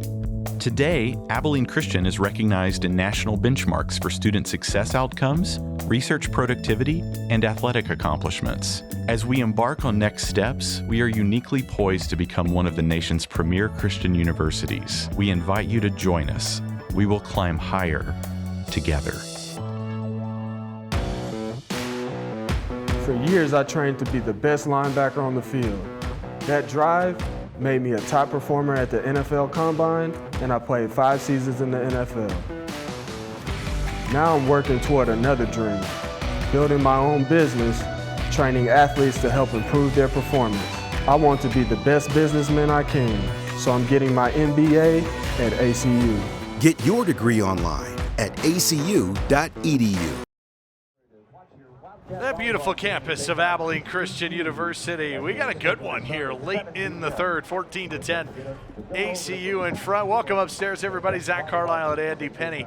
I tell you what, this is a great game. It was real defensive for a while, and now Southern Utah's got some momentum. And again, both teams, I felt like 2.5 quarters feeling each other out, driving the field. Southern Utah goes big on their last drive. Back-to-back explosive plays to get their first touchdown. Yeah, we got a ball game here midway through this third quarter. Southern Utah back to work after getting a very quick 3-and-out defensively. And Miller's going to put it up and throw a completion to the 35. This passing game starting to get going now for the Thunderbirds. Brennan Hutchins on the catch. Now, as you have to respect the vertical route, that's going to open up the 10-yard curls or the slant center of the field. More opportunities here. Pass protection becomes critical again for Southern Utah. Can ACU's defensive four force Miller out of the rhythm of the play call, force him to scramble? He doesn't like to scramble and run much, improvise. He likes to be on script. In motion is Bolingbrook off the fake. Miller, time, out to Bolingbrook. Sideline, and he's upended right about the first down marker. He's got it. Anthony Egbo Jr. on the stop. First down, Southern Utah. Down after a gain of 10. I tell you, every route's had a check down out in the flat, whether it's been the running back, there it's a receiver, but every play has had the check down out in the flats, and Miller's very content to check it down when he has to. First down, handoff up the middle to Elijah Burns. I mean, it's a multitude of running backs today for Southern Utah. Gain of 1. There's Chike Ngwanku, I believe. Here, Tyron Bradley filling that gap. Look at Miller's stats now. Really swelled after that 90-yard drive for the touchdown. 22-35, 277 now through the air. As they approach midfield, just over 2 minutes to play in the third. Chance to take their first lead of the game. Plenty of time for Miller here. Gets rid of it, and it's tapped out of bounds. That's an athletic play by Patrick Jolly along the sideline, intended for Isaiah Wooden. Wildcats play coverage. They only rush 3 with a spy. Ngwanku watching Miller as soon as he releases out of the pocket. Ngwanku gives chase. Great secondary coverage there as Patrick Jolly able to get his hands on it. Chance to get off the field here for the Wildcat defense. Third down and a long 8 here for the Thunderbirds. Jolly, the junior out of Tampa, Florida, transfer from UCLA. Boy, the Bruins having themselves a nice 2022 out there in the Pac-12. 3rd and 8. Looks like pressure off the edge. They're going to bring 5. Miller has to get rid of it. It's incomplete. Great time to dial up the blitz from defensive coordinator Skylar Cassidy, and it's 4th down for Southern Utah. Yeah, good job by the ACU defense, bringing pressure on 3rd and 8, forced Miller to make a fast decision. Jenkins, his receiver, recognized it and just released and ran down the field, but not enough time for Miller to set his feet, get much air under that or much power behind it. It falls well short and incomplete. That's a great defensive series for the Wildcats. And how big is that 3rd down stop for Abilene Christian? If that gets converted, Southern Utah even more momentum to try to go get more points and keep it a drive alive. The punt, angled. Does it stop? No, it hops into the end zone. Boy, almost another beauty for Jake Girardi. It'll go into the end zone and come on out to the 20-yard line. So just a net of 33. Boy, that's a big stop for ACU on defense. They'll take it 1st down at the 20-yard line. Well, again here, I hate to, again, continue to talk about the offensive line here. It's a beat-up, banged-up offensive line today for ACU. 2 starters are out, Jacob Thielen and Reese Moore. Keith Patterson knew that we were banged up, and we're going to have to rely on these guys to make plays for us. This is a drive. It's gut check time for that offensive line again. Can they open up some running lanes? Can they pass protect well? Can the Wildcats move the football? Final minute 49 of the 3rd quarter. Back to the ground, Rovon Banks, a freshman that they really like out of Tulsa, Oklahoma. His carries have dropped as Dobbins' carries have increased, but he has a plethora of talent there in the backfield for ACU.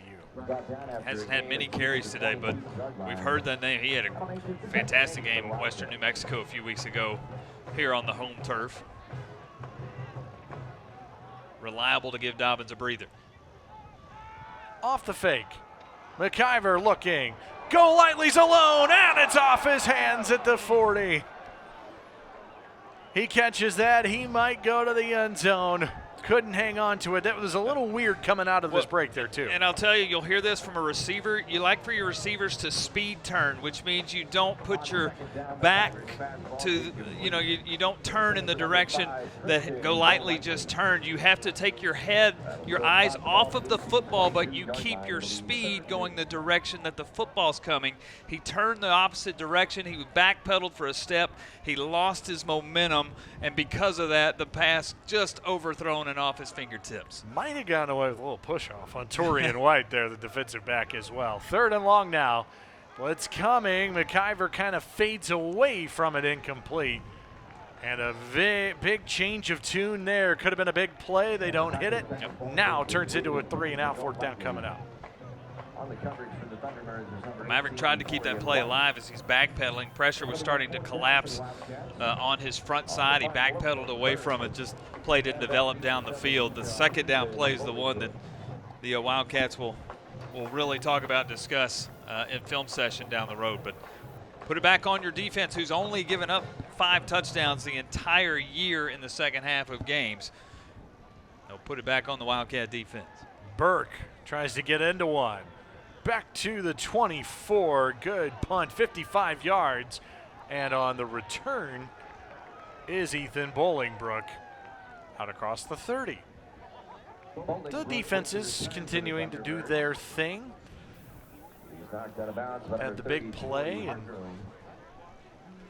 now Southern Utah is going to go back to work for offense as we're under a minute to play here in the 3rd quarter. Trivia time. All right, Zach, always like to put you on the spot as well as our ACU viewers. So we know Kobe Clark became the all-time leader in receptions last week, career receptions. Who holds the ACU record for receptions in one game? Oh, man. We'll give you a few minutes to think about it. But there are a lot of options for that. There's been a lot of good receivers to come through Abilene Christian. You'll have to dig deep in the media guide to find that one. That feels like cheating. I'm going to see if I can come up with it off the top of my head. How about the drive start going nowhere for Southern Utah and Braden Whistler? Loss of a yard that time. As the ACU defense, you talked about it, they've been special in the second half of games this year. Well, you look, they've only given up coming into today 34 points total in 6 games in the second half. Of course, they've struggled out of the chute. They've given up 59 points in the first quarter. They've only given up 120 on the year, half of those in the first quarter, just 34 given up coming into today in the second half total. 2nd and 11. To the middle, caught. And down at the 37 goes Marcus Phillips. And that may take us to the end of the third quarter. Abilene Christian 14, Southern Utah 10. WAC football on ESPN continues after these messages.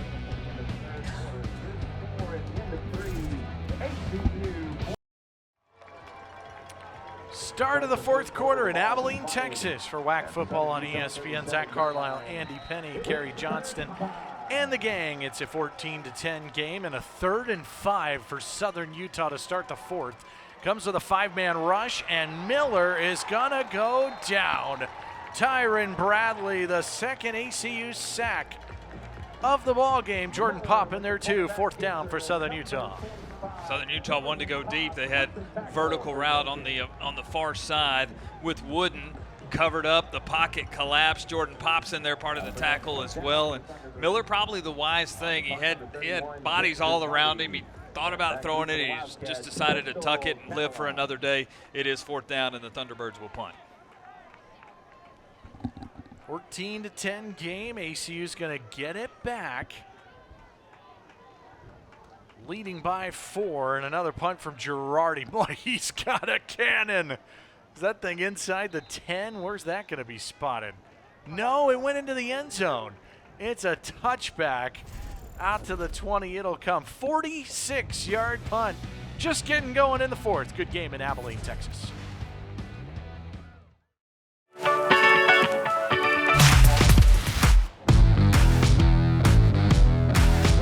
I always dreamed of doing something that would make a difference, and so getting as much knowledge as possible was important to me.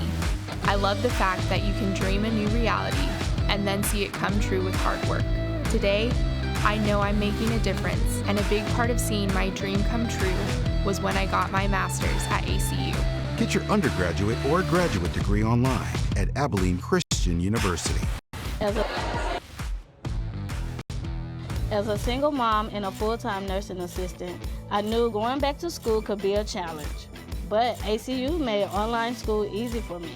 From the start, I felt safe, supported, and even comforted by the faculty. With their encouragement and help, I'm getting my degree in healthcare administration and showing my girls they can overcome any obstacle and dare to achieve their dreams, just like their mom. Pursue your undergraduate or graduate degree online at Abilene Christian University. Back inside, and you look at the brand new Moody Coliseum just to the south of us at Wildcat Stadium. 14-10 our score here in the fourth quarter. Chapel on Friday during the week in Moody for homecoming, and how about that? They are having a ton of fun for the homecoming version here in 2022. 92nd homecoming game at Abilene Christian. And if you have not been inside the newly renovated Moody Coliseum, you're in for something special. Basketball season right around the corner. It's going to be fun. Less than a month away from that. First down, Abilene Christian at the 20. In the fourth, up by 4. McIver's going to throw it over the middle. Caught. We got a flag. Oh, and the ball's free. No, it's incomplete. It is an incomplete pass. Colt Cooper never caught it. And there's a penalty. Offense number 70. After this is penalty, correction. 10-yard penalty, first down. So a 10-yard penalty and a first down remains for ACU here in the fourth quarter. How about this? Both of these teams excellent in the fourth quarter this season. Abilene Christian plus 49. We talked about the second half, but now is when they dominate. A heck of a stat for both of these teams. It's not necessarily how you start, it's how you finish, or at least part of the game. I guess how you start does count, but how you finish, both of these teams finish well. And Zach, when we go back to our keys, It's just 2 to 3 plays that determine if you win or if you lose. These two teams have been in some one-score games. On the downside of one-score games the last few weeks, who can make the plays here the last few minutes? Well, that's making a play. Jeremiah Dobbins still going across the 35. Well, on 1st and 20, just rips off 27. And the workhorse is back for ACU. His best run of the day, the two-time back-to-back WAC Offensive Player of the Week coming in to today. 6 touchdowns in the last 2 weeks, had one early, and he still has some leg drive. Rovon Banks was in on the last drive, so it's been a solid 15 minutes of real time since Jeremiah's been on the field. Great run for him there. Injury timeout. All right, 14-10 after the injury timeout. Abilene Christian with the big run and against Southern Utah off the field. So first down at the 37-yard line for Abilene Christian. Jeremiah Dobbins going to keep him going as he takes it for 3 yards. Well, early in the fourth, a quarter ago, you asked me a trivia question. Yeah, let's see. Kobe Clark, the new ACU leader in career receptions. Who holds it for one game? Here's your shot. Most receptions in one game. Well, Taylor Gabriel was one of my thoughts. Clee Montgomery was another one I was thinking of. Johnny Knox has come through Abilene Christian. I mean, you got a couple of, great receivers who have come through ACU. Gabriel was one of my thoughts. I think my final answer was probably going to be Johnny Knox. Okay, you came clean and told us the wrong answer, so I like it. Yeah, that's what I was thinking. Jeremiah Dobbins is going to go back to the 40-yard line. Yeah, Gabriel 15 from 188 that day in Las Cruces versus New Mexico State. He's now 3rd on the list, of course. How about that? Kobe and Coach Badon 1st and 2nd. Taylor Gabriel 3rd, but 15 for 188 that day against New Mexico State. And Jarrell Badon, who's playing with all these studs around him as well, and he has the all-time leading record that was just broken by Clark. Was Clark on that list as well? Well, he had 9 last week. I mean, that's for sure. 15 in a game. That's quite a bit. That tell you, those early 2010s days at ACU, there was all kinds of studs on the field. McIver pass tipped, incomplete on 3rd down. Southern Utah getting off the field. That's a stop, and ACU's going to have to punt. Boy, dangerous pass there with play action and bootleg the opposite way, but pressure coming. And boy, dangerous pass. Maverick, fortunate that fell incomplete. ACU just had 27 yards of offense in the 3rd quarter. That's compared to 205 for Southern. Only 50% of the returning class is back from the previous team, and a lot of new guys, but a lot of depth that they're still looking for as well in the heat in Texas. Miller going deep, little underthrown, picked off. Elijah Moffitt has the interception. No, down the sideline he goes. Yeah, Moffitt out of bounds inside the 20. Game-changing pick for ACU. Great play by Moffitt. It's a double move by Wooden, and Wooden has the corner beat, but Miller threw it too late, and he gave the safety Moffitt enough chance playing center field to come over and get up underneath it. Big-time defensive takeaway for the Wildcat defense, and now it's a chance to stretch this back into a 2-score lead. Elijah Moffitt, huge play here in the 4th quarter. Just the 5th interception all season for Abilene Christian's defense. And Moffitt, a big one for ACU, the sophomore out of Selma, Texas. Yeah, if Miller throws that 1 second earlier, 10 yards shorter, that's a huge completion. He just waited too late to get rid of it. First down at the 15. Rovon Banks.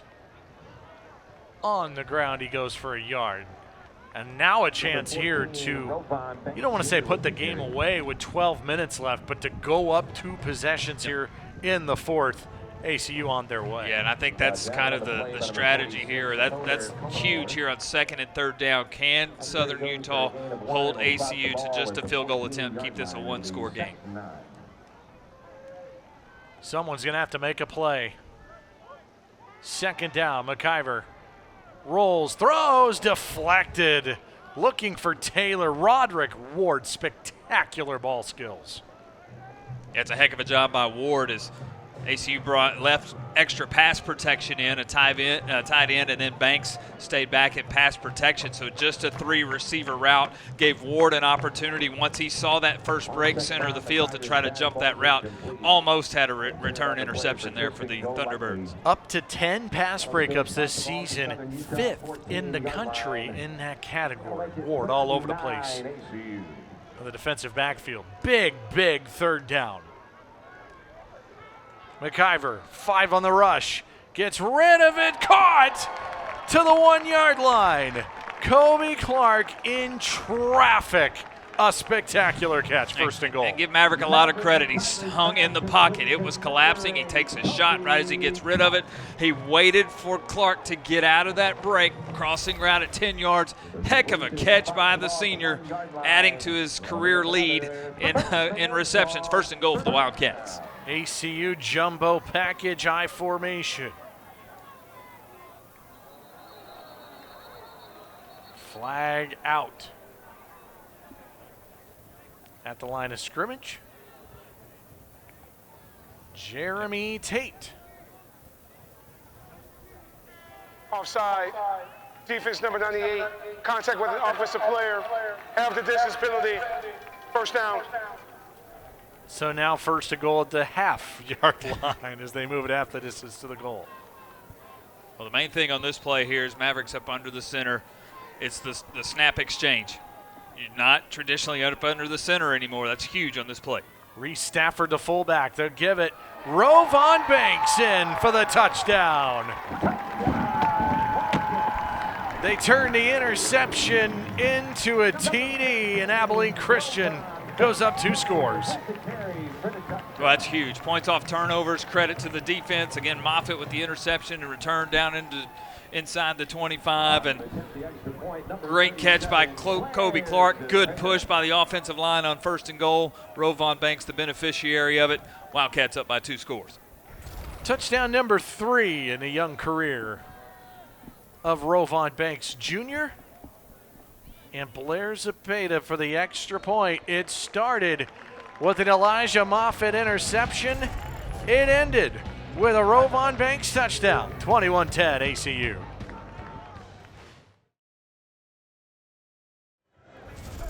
Inside the Bible building, this campus of Abilene Christian University, just over 5,300 on campus. ACU enrollment. And boy, the biggest play and swing of this game just happened. Elijah Moffitt with the interception. And it turns into a Rovon Banks Jr. touchdown, and ACU leads at 21-10. And a game that's had a defensive feel all afternoon long. It's the defense for the Wildcats who makes a play and sets up the short field, and the offense punches it in back to a 2-score lead. Zepeda kicks it off, and into the end zone it goes for a touchback. And it's interesting, kind of the one big drive for Southern Utah came with tempo and with shots down the field. You wonder if that's kind of how they have to go here the rest of the way down 11, because the run game really hasn't been effective. And I think so even now with game time and score. I think that's what you'll see from the Thunderbirds. Going to have to go a little bit more up-tempo, try to stretch the field vertically a little bit more. That's where they had their success on the one drive. They go 94 yards in 3 plays with 2 30-plus pass plays on the drives. And I think now just game and score and time will start to dictate that a little bit more. Under 11 minutes to go, down 2 scores. Miller off the fake. He's just going to take it off and get as much out of that as he can, about 7 yards on the game.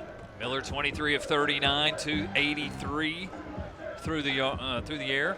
The touchdown, the interception. Isaiah Wooden 5 for 117 to lead the way. Thunderbirds have only rushed for 78 on the afternoon. 283 through the air. And don't count Miller out. When he got down big last week, he was able to muster up a couple of touchdown drives. Going to dump this one off in the flat, trying to sling it out to Whistler, and he can't get back to the line of scrimmage. It's a good play in space for Abilene Christian. Well, that's Isaiah Kelly. Great open field tackle. If Kelly doesn't make that, it's a first down, move the sticks. But now another third down coming up here for Southern Utah. ACU is a man down on the field. Yeah, Kelly, the sophomore out of Lubbock, transfer from SMU over from Dallas, comes over. So third down coming up here in just a moment. And it's interesting to think about because this ACU defense has just played so well, but I still really like what Justin Miller has done for Southern Utah, not only just today, but this season.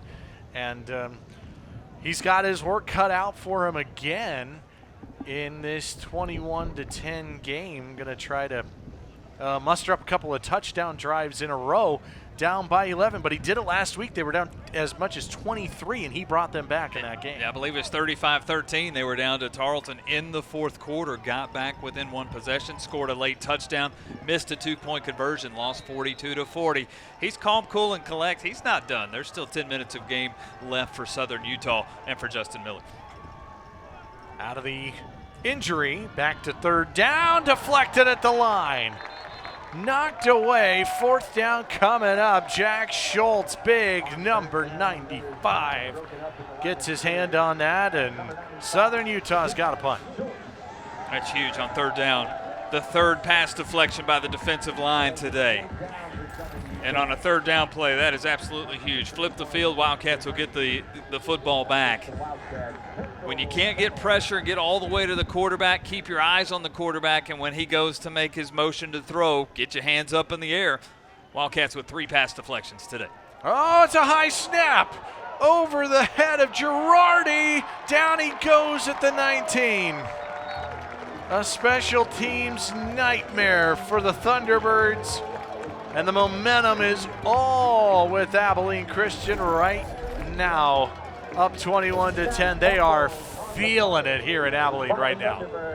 Yeah, the wheels just falling off. It was a high snap over his head. No chance to get a punt off. Great pursuit off the edges. Marcus Haskins. Wow. Good job there to seal the edges, and no chance after the high snap to get a punt off. Back-to-back offensive series that will start in the red zone of Southern Utah here in the quarter. Wow, that is a huge break for ACU. Their last time they were on offense, they started at the 15. Now they start at the 19. Gonna fake it, McIver trying to capitalize off the momentum. Clark again. Close to the marker. Yeah, he's got it. First and goal at the 8, out of bounds. At second time in the quarter, we've seen Maverick take a shot as he throws it, but stays with the play, allows it to develop, lets Kobe get out of his break to the sideline. Good timing on the pass and catch. It's first and goal at the 9-yard line. And now a touchdown here would effectively put this one away for Abilene Christian. We approach 9 to go. Dobbins gets away, turns that into positive yardage. He's going to get 1 out of it, but it's a nice run. Third and goal coming up. Second and goal, rather. Second and goal coming up after the run to Dobbins. All sorts of plays you can run here, but I'd stay fairly conservative. See if Dobbins can get off the edge, maybe. Stretch play. Kobe's starting to have an effective game with single coverage. 6 catches, 47 today for Kobe. And a field goal is a good thing here for your Abilene Christian. Might see a fade route either side here. Well, motion now. They'll fake it and hand it. Dobbins, thought there might have been some space to the right. Now he's in the dog pile right at the line of scrimmage. Yeah, tried to empty out the second level with motion. Clark going to the left, then run the stretch play coming back right. If Dobbins can get to the edge, chance to cut it up and get in the end zone, but good seal there by the defensive front of Southern Utah, not allowing Dobbins to get to the edge. Third down and goal. ACU, we talked about it coming in 47% on third down this year. However, today just 3 for 12. And the biggest play of this one, a touchdown would put them up Tristan 3 scores. Tristan Golightly, single coverage, Blaine Taylor on the near side, single coverage. McIver on the run, gonna float it. It's incomplete, and a flag down in the back of the end zone for interference. That's a heck of a play by McIver to give his receiver a chance to draw the flag. Jeremy Tate tells us about Pass interference. Defense number 18. The ball will be placed at the 2-yard line. Automatic first down. It's a jump ball for Taylor in the back line. Again, it's 6'5". Torian White doesn't turn his head. Yeah, Torian White never gets his body turned around. Automatic first down, spot foul, first and goal at the 2. More I formation. Yep, power set here, 2 tight ends. Lead blocker, Rovon Banks dots the I. Yeah, Reese Stafford at fullback. You don't see that a lot anymore, but they're going to give it. It is Banks, right side. Did he get there? No, he is short. Did not get in. Second down coming up. I sure thought he got there. Maybe the knee hits. Well, I guess he is just a bit short. Had his back to the goal line. Backside comes down. The ball was not across. Will they do it again? One more time. Banks. No. And did he fumble the ball? Beanbag came out on the line judge near side. Did he lose it? Must have got it back, but the beanbag up by the line judge on the near sideline came out, which indicates a fumble. The ball was loose, but Banks comes out of the pile with the football. So he fumbles and recovers his own, and so now third and goal. Still at the 1-yard line. Now it's Jeremiah Dobbins out there for ACU. No need to get fancy here. Run the exact same play. Trust your line. Trust your lead blocker. Fresh legs. Dobbins in the backfield. Do it again. Oh, and it's a fumble on the snap. Who's on this? There's a helmet off, too. This is craziness. Well, we talked on the last drive. You don't see quarterbacks up under the center very often anymore. Maverick tries to stretch it over the goal line, but he picks up the ball while he's on his knees. So he's short. That's the dangerous thing nowadays. It's so crazy to think about. The snap exchange when your quarterback's up under the center. 4th and goal at the 1. Try it again. 4th and goal. They'll try it again. Dobbins, second effort. No. He did not get there. It's a turnover on downs. Incredible hold by Southern Utah. Well, you have to give credit where credit is due. Great push up front by the Thunderbird defensive line. When you have a 1st and goal at the 2-yard line and can't get in, I thought Dobbins with second effort was able to push across, but man, met right in the hole there by Elijah Burns. Wow. And does not get in. Game on the line. Southern Utah comes up. They're still in this thing with 5:40 left. They got to go forever away and go the length of the field, but wow. Well done by the defense. And now, Zach, I think we might have a review here. I think we might have some sort of challenge or review. Yeah, I think the last play might be under review. That's I don't know exactly what it is. I don't know if there will be a camera angle that will give something to overturn it, but we shall see. We will see when we come back.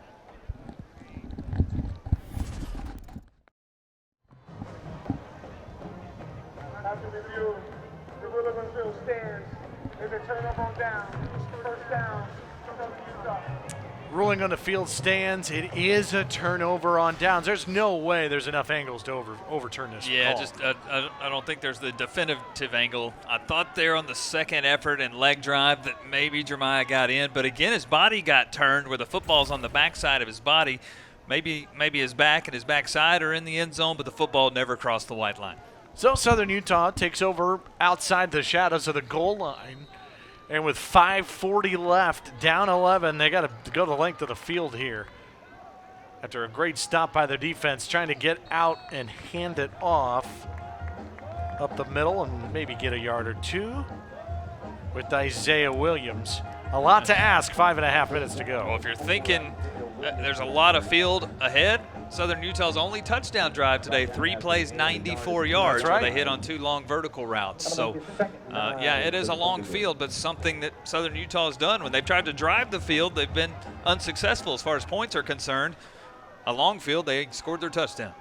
Taking a lot of time off the clock between plays. Miller rolling the pocket. He's got to get rid of it.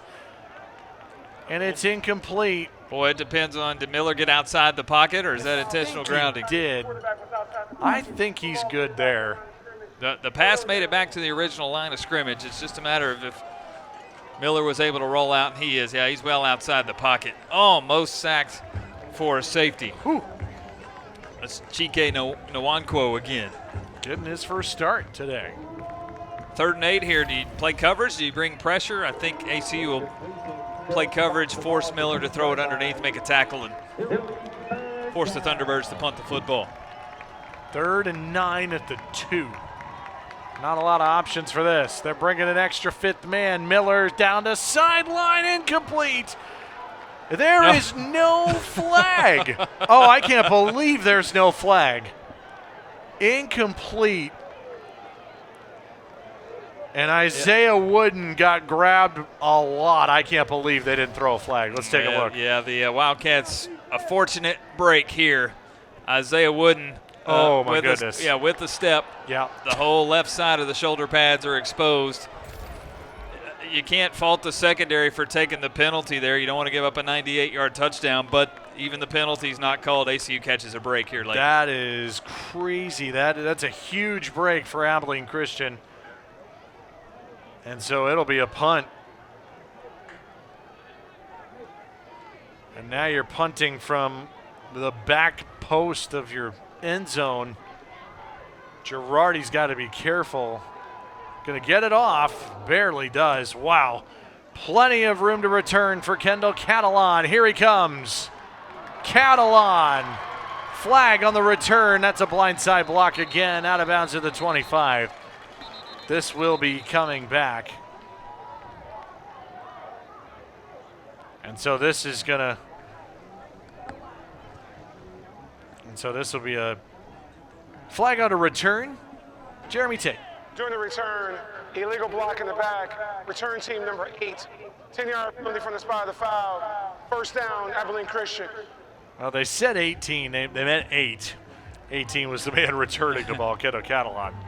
Backs it up to the 48 of Southern Utah. Considering the last play didn't have a penalty flag thrown, you can live with that That's right. penalty flag. That's right. So this is ball control, clock management. Points would be great if the Wildcats put points on the board, but this is more about ball control. Move the sticks a few times. Let's milk the clock best we can. The penalty on the return.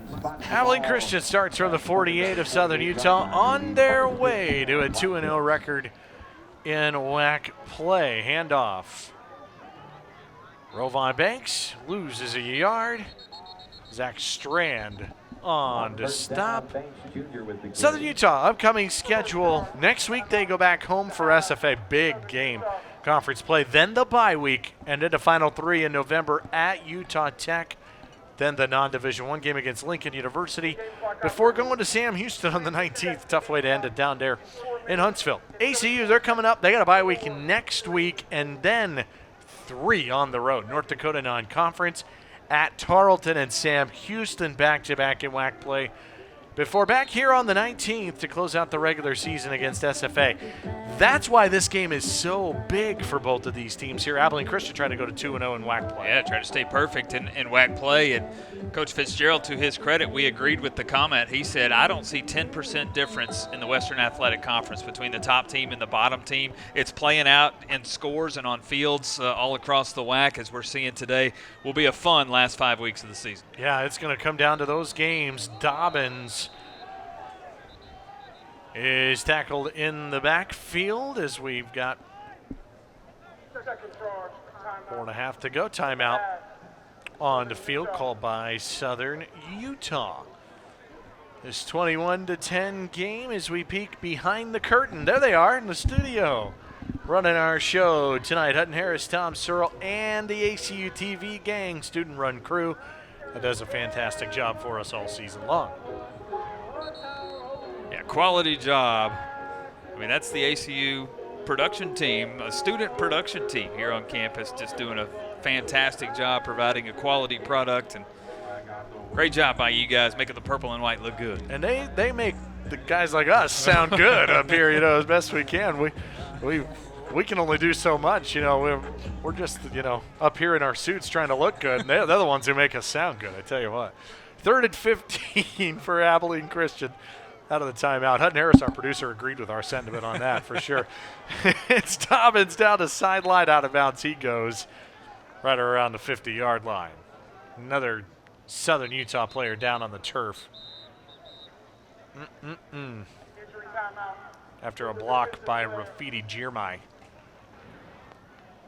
And again, going back to the comment that we heard Coach Fitzgerald make and that we agreed with, the top side of this league, the bottom side of this league, he said, I don't see 10% difference. What's 10%? I don't know. But the bottom line is every game is competitive in this league. The scores are showing that. Tarleton beats Southern Utah 42-40 last week. Of course, Stephen F. beats ACU at the end, 41-38. Today it's 21-10. Quality football all the way around. Well, and we were looking at briefly the WAC and ASUN challenge. And so what that is the WAC doesn't have enough teams in football to qualify. You have to have 6. They only have 5. The ASUN only has 5. You have to have 6 to be an automatic bid. So you join together and you have the Alliance Power Rankings. And this is one of the tie-breaking procedures to determine your automatic bid into the FCS playoffs. So that's the group of 10. Abilene Christian in 4th right now at 4-2 on the season. Of course, Stephen F. Austin will be here in November. Tarleton on the schedule in November. What's crazy is you don't see Sam Houston on there because not in the WAC anymore, but still on the schedule. So a lot of competitive football left for Sam Houston with their remaining 4 games. But here we are, 7 games in. First year coach Keith Patterson, 5-2 the record, hoping to get to 5-2, still 420 to go. But quality football thus far with 4 games still to go. And the key to that graphic that you saw there, it's rankings. It is not standings. So SFA's at the top at 3-3. It's a ranking thing, strength of schedule, who your wins are against, all of that stuff. So it is not just the pure standings who has the best record. That is one of the tie-breaking procedures if it comes down to who gets the bid automatically to go into the FCS playoffs. 4:13 to go. Abilene Christian's going to punt it. As they try to get their 5th win of the season. Southern Utah would need a little bit of some help here to try to snap their 2-game losing streak. They played in some close games this month. That's a block. Southern Utah got home. They're not done yet. The block by Quadir Lockett-Smith, and the Thunderbirds will start at the 25-yard line. They're not done. Well, just pressure off the left side. They overload the left side and get through and get the block. That's been Achilles' heel for this Wildcat team. 2 block punts last week in Nacogdoches versus SFA. Another block one here. 3:47 still to go. We got a ball game. Southern Utah, great starting field position. Special teams has been the bugaboo for Abilene Christian here these last few weeks. Southern Utah can get a score here. They're back in it. Justin Miller and company at the 26. Wooden in motion. They're going to flip it on a reverse to Steve Jenkins. Tries to get a block and does. To the edge inside the 10. 1st and goal. Before he's knocked out of bounds. A little bit of trickery. A clever play design by offensive coordinator Blair Peterson. 1st and goal. And give a lot of credit to some offensive linemen who were pulling. Brandon Dillard, number 69. I believe Connor Peterson, number 65. Both out there. Or check that. That's number 68. Christy Nakanu making a great block to keep that play alive. It's 1st down and goal. How about this as we approach 3 minutes to go? Miller off the fake, dumps it out, caught, tackled immediately. Great tackle by Anthony Egbo Jr. on Marcus Phillips, and it keeps the clock going as well. A little play action, another misdirection there. Yeah, that's a great open field tackle there by Egbo. They need points here, and then they would have to get another stop with just one timeout, so it's probably an onside kick. 2:45 to go. Miller looking wide open, and it is caught for the touchdown by Ethan Bolingbrook. No one home. They got the touchdown, and now I assume they will go for two. Great play design. Bolingbrook in the slot. The two outside receivers run slants. Bolingbrook cuts it off. A flag route to the back pylon. Nobody in ACU coverage. There's some miscommunication on the backside. Easy pass and catch. We got a one-score game with 2:41 left. They're going for two here, Zach, to try to get within three. Second touchdown of the year for Bolingbrook. The two-point try to cut it to 21-18. In motion, Williams. They throw the one-on-one, and it's caught. Oh, great catch and throw. Marcus Phillips for the two. 3-point game here at Wildcat Stadium. And the two-point conversion is Perfect execution. Cannot fault, and it starts with the special teams play of the Thunderbirds. They get the block punt. Short field, they go misdirection with the reverse. They get miscommunication by the Wildcats on the touchdown, and then that's just one-on-one back shoulder throw. Miller to Phillips, who makes a great catch in the one-on-one. He keeps the defender at arm's length, and he's able to catch it on the back shoulder. We got a 3-point game with 2:41 left. Wow. And so now, interesting to think about, just one timeout for Southern Utah. This might be an onside kick to try to get the ball back. However, there still is 2 minutes and 41 seconds. I tell you, Zach, I'm trusting my defense here. Think so? I think Southern Utah, with what they've been able to do, they'll dial up pressure. When they've dialed up pressure, they've been successful today. 2:41's enough time to get you a 3-and-out series, even give up one first down potentially and get the football back. Although I'm seeing onside kick, that's why I'm in the booth and not on the field. So I think Southern Utah is going to go ahead and take the attempt here. I think there's arguments for both sides on that, quite honestly. I think there is very reasonable to think they could kick it deep and play defense with 2 minutes and 41 seconds. And either way, field position-wise, if you don't get the onside kick, you still have opportunity to make a defensive stop and get the football back. Without question. Looks like an onside kick try. Jake Girardi. Oh, he is going to kick it deeper, and Catalan, nice little catch, and he will put a knee down at the 29. Yeah, well played. They show onside kick. They kick it deep. They try to kick it to no man's land, where when the Wildcats have their onside kick coverage in, nobody's back deep, and potentially Southern Utah is able to get down and cover up a live football. But Catalan, a nice job to get that one, take a knee, and put the Wildcat offense out there. One, maybe two first downs somewhere in there could win this thing. 2:40 left, just one Southern Utah timeout left. 21-18, 2:40, one timeout to stop it.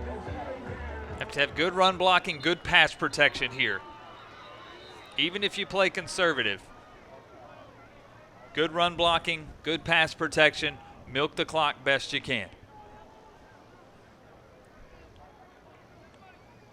A stoppage. To 2 minutes and 39 seconds. 2:39. Thank you.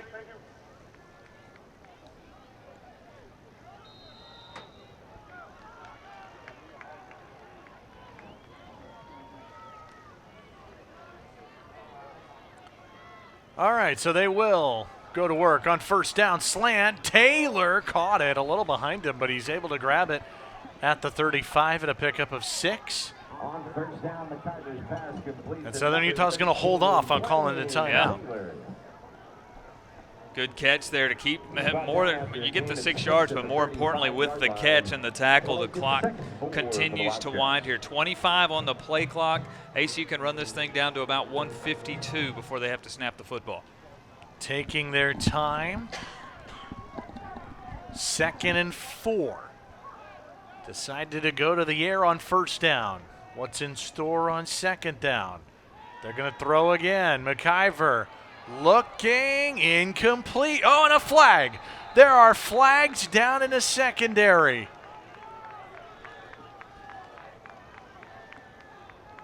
It's in the area, obviously, of defensive holding or defensive pass interference. I think the officials are coming together to say, is that ball uncatchable and overthrown? But it's Clark coming out of his break that can't make the break and get out to the outside. To me, it's more of a defensive holding than a defensive pass interference. We'll let the guys in black and white figure that out. Biggest call of the game right here. But the Southern Utah coaching staff pleading their case that it's an uncatchable pass. Clark would not have been able to get to that on the far sideline anyway. Long conversation here. As here's another look. As Maverick steps up in the pocket, throws it to the outside. Kobe just can't get there. Fouls by both teams on the play that were offset. Pass interference, defense number 3. Pass interference, offense number 13. It's second down. Okay, so it's 2 interference. It's 1 on each side. I haven't seen that. Maybe ever? That's a very rare one. That's unique. It's 2 different patterns. Offensive pass interference on Catalan, I believe. Defensive pass interference as Clark is cutting out of his break. Wow. Yeah, I'm not sure if I've seen that. But it's offsetting penalties, so ACU still with a second down here. A few seconds ran off the clock, but it is second down after the offsetting penalties. 2nd and 4 again. 1:53 and a timeout for Southern Utah. They're going to hand it left, right side. Dobbins, he is bottled up. He almost had a chance to break that through, but he is stopped at the 35, and Southern Utah will call their final timeout before a 3rd down and 4 with 1:46. And I tell you what, Trent Whalen and Zach Strand were doing everything they could to try to strip that football away from Dobbins. It looked like initially he might be able to go through a hole and take it the distance, but he's bottled up. Okay, so now here 3rd down and 4. 1:46 left, no timeouts. If you look at let's say the positive side, you get a 1st down, you win the football game. Let's take it down a step. Let's say you run the football, you don't get a 1st down. That would give Southern Utah in the vicinity of about a minute to work with after an ACU punt, assuming they would punt on 4th down. Probably a little less than. Yeah. If you throw a pass and it's incomplete, then you're looking at about a minute and a half for Southern Utah to work with. So that's the 3 scenarios coming in here on 3rd down and 4. I'd like to trust my defense with a long field. I'd like to see ACU run the football here. If you get the 1st down, you win the football game. If not, you force a punt. And if you get a punt off successfully, it's a lengthy field with no timeouts for Southern Utah. This is the play of the game right here. 3rd and 4. McIver gonna throw it to the middle and is caught for Golightly. The 1st down and maybe the ball game. Middle of the field, Tristan Golightly. 1st down, and the clock runs for ACU. It's a gutsy call, but you put confidence in your quarterback. Southern Utah brought pressure. They played single coverage. They brought pressure, anticipating a run or force Maverick to make a quick decision. He makes a quick decision. The pocket held up. Great job, offensive line. Golightly gets the slant, gets the catch, gets a 1st down. Wildcats a minute 10 away from getting the W. So Abilene Christian will take a knee. That's a quality win, Zach. It is a quality win all the way around. It wasn't the prettiest of things today. Last week looked better, but you were on the downside of a 3-point game.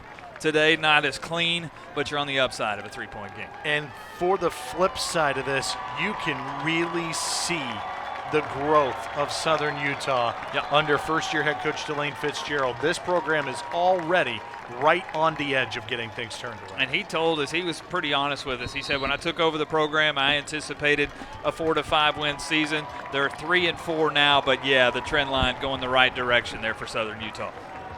Abilene Christian now 2-0 in WAC play with this victory. And you're right, it wasn't pretty, but a couple of key plays here and there. And it kind of got started early with that big momentum shifter on the fake punt by Peyton Mansell. It got the first touchdown of the game, and that got the ball rolling a little bit for ACU. Yeah, when you look at the first drive and you go 3 and out, and you're like, okay, it's going to take us a while to get into a rhythm. Peyton Mansell, the former quarterback from a year ago, able to get the long play on the 4th down. Wildcats get the touchdown. They play with the lead all day long. They're able to hold on and get the win, 21-18. It feels like the future's bright for Abilene Christian the rest of 2022. I think there's a lot to like for this Wildcat team. 5-2 through the first 7 weeks of the season. That play by Peyton Mansell, he was our player of the game based on that big momentum shifter with the 46-yard run on the fake punt. He's the player of the game. He's down on the field with our Kerry Johnston. Down to the field we go. Hi guys, I'm here with Peyton Mansell. Peyton, first off, congrats on the win. Special teams played a really big part, including your fake punts to run, help get that first touchdown. What are your thoughts on special teams that helped win this game today? I mean, I think special teams is probably one of the biggest components of any game, Obviously, at the end of the game, you saw, they blocked a punt. That made the game a lot closer than it actually was. I think it's just a lot of guys going really hard on our side. I mean, a lot of guys aren't starting on their respective side, but, special teams is kind of that opportunity for them to compete, so. Yeah, so this year you've made kind of a transition from going from quarterback to special teams and defense, kind of just playing anywhere. So what has that transition been like for you? It's been tough. I mean, obviously, never played DB in my life, never played a lot of special teams in my life. But, I told Coach Patterson, I was like, hey, I just want to play. It's my 6th year. I just want to help this team do whatever it can do to win. So, coaches did a really good job about working with me and plugging me into some spots where I could be successful. So you guys stay undefeated at home. You guys get the homecoming win. How does that feel to go into your last few games undefeated at home? I mean, it's an amazing feeling. I mean, homecoming is obviously an amazing crowd. So thank you to all the fans that came out. It's great. I think we're all really looking forward to the bye week, and then, we got 3 away games. So hopefully we can, play good in those and then come back, play our last game at home versus SFA. So. Thanks, Peyton. Thank you. All right, guys, back to you.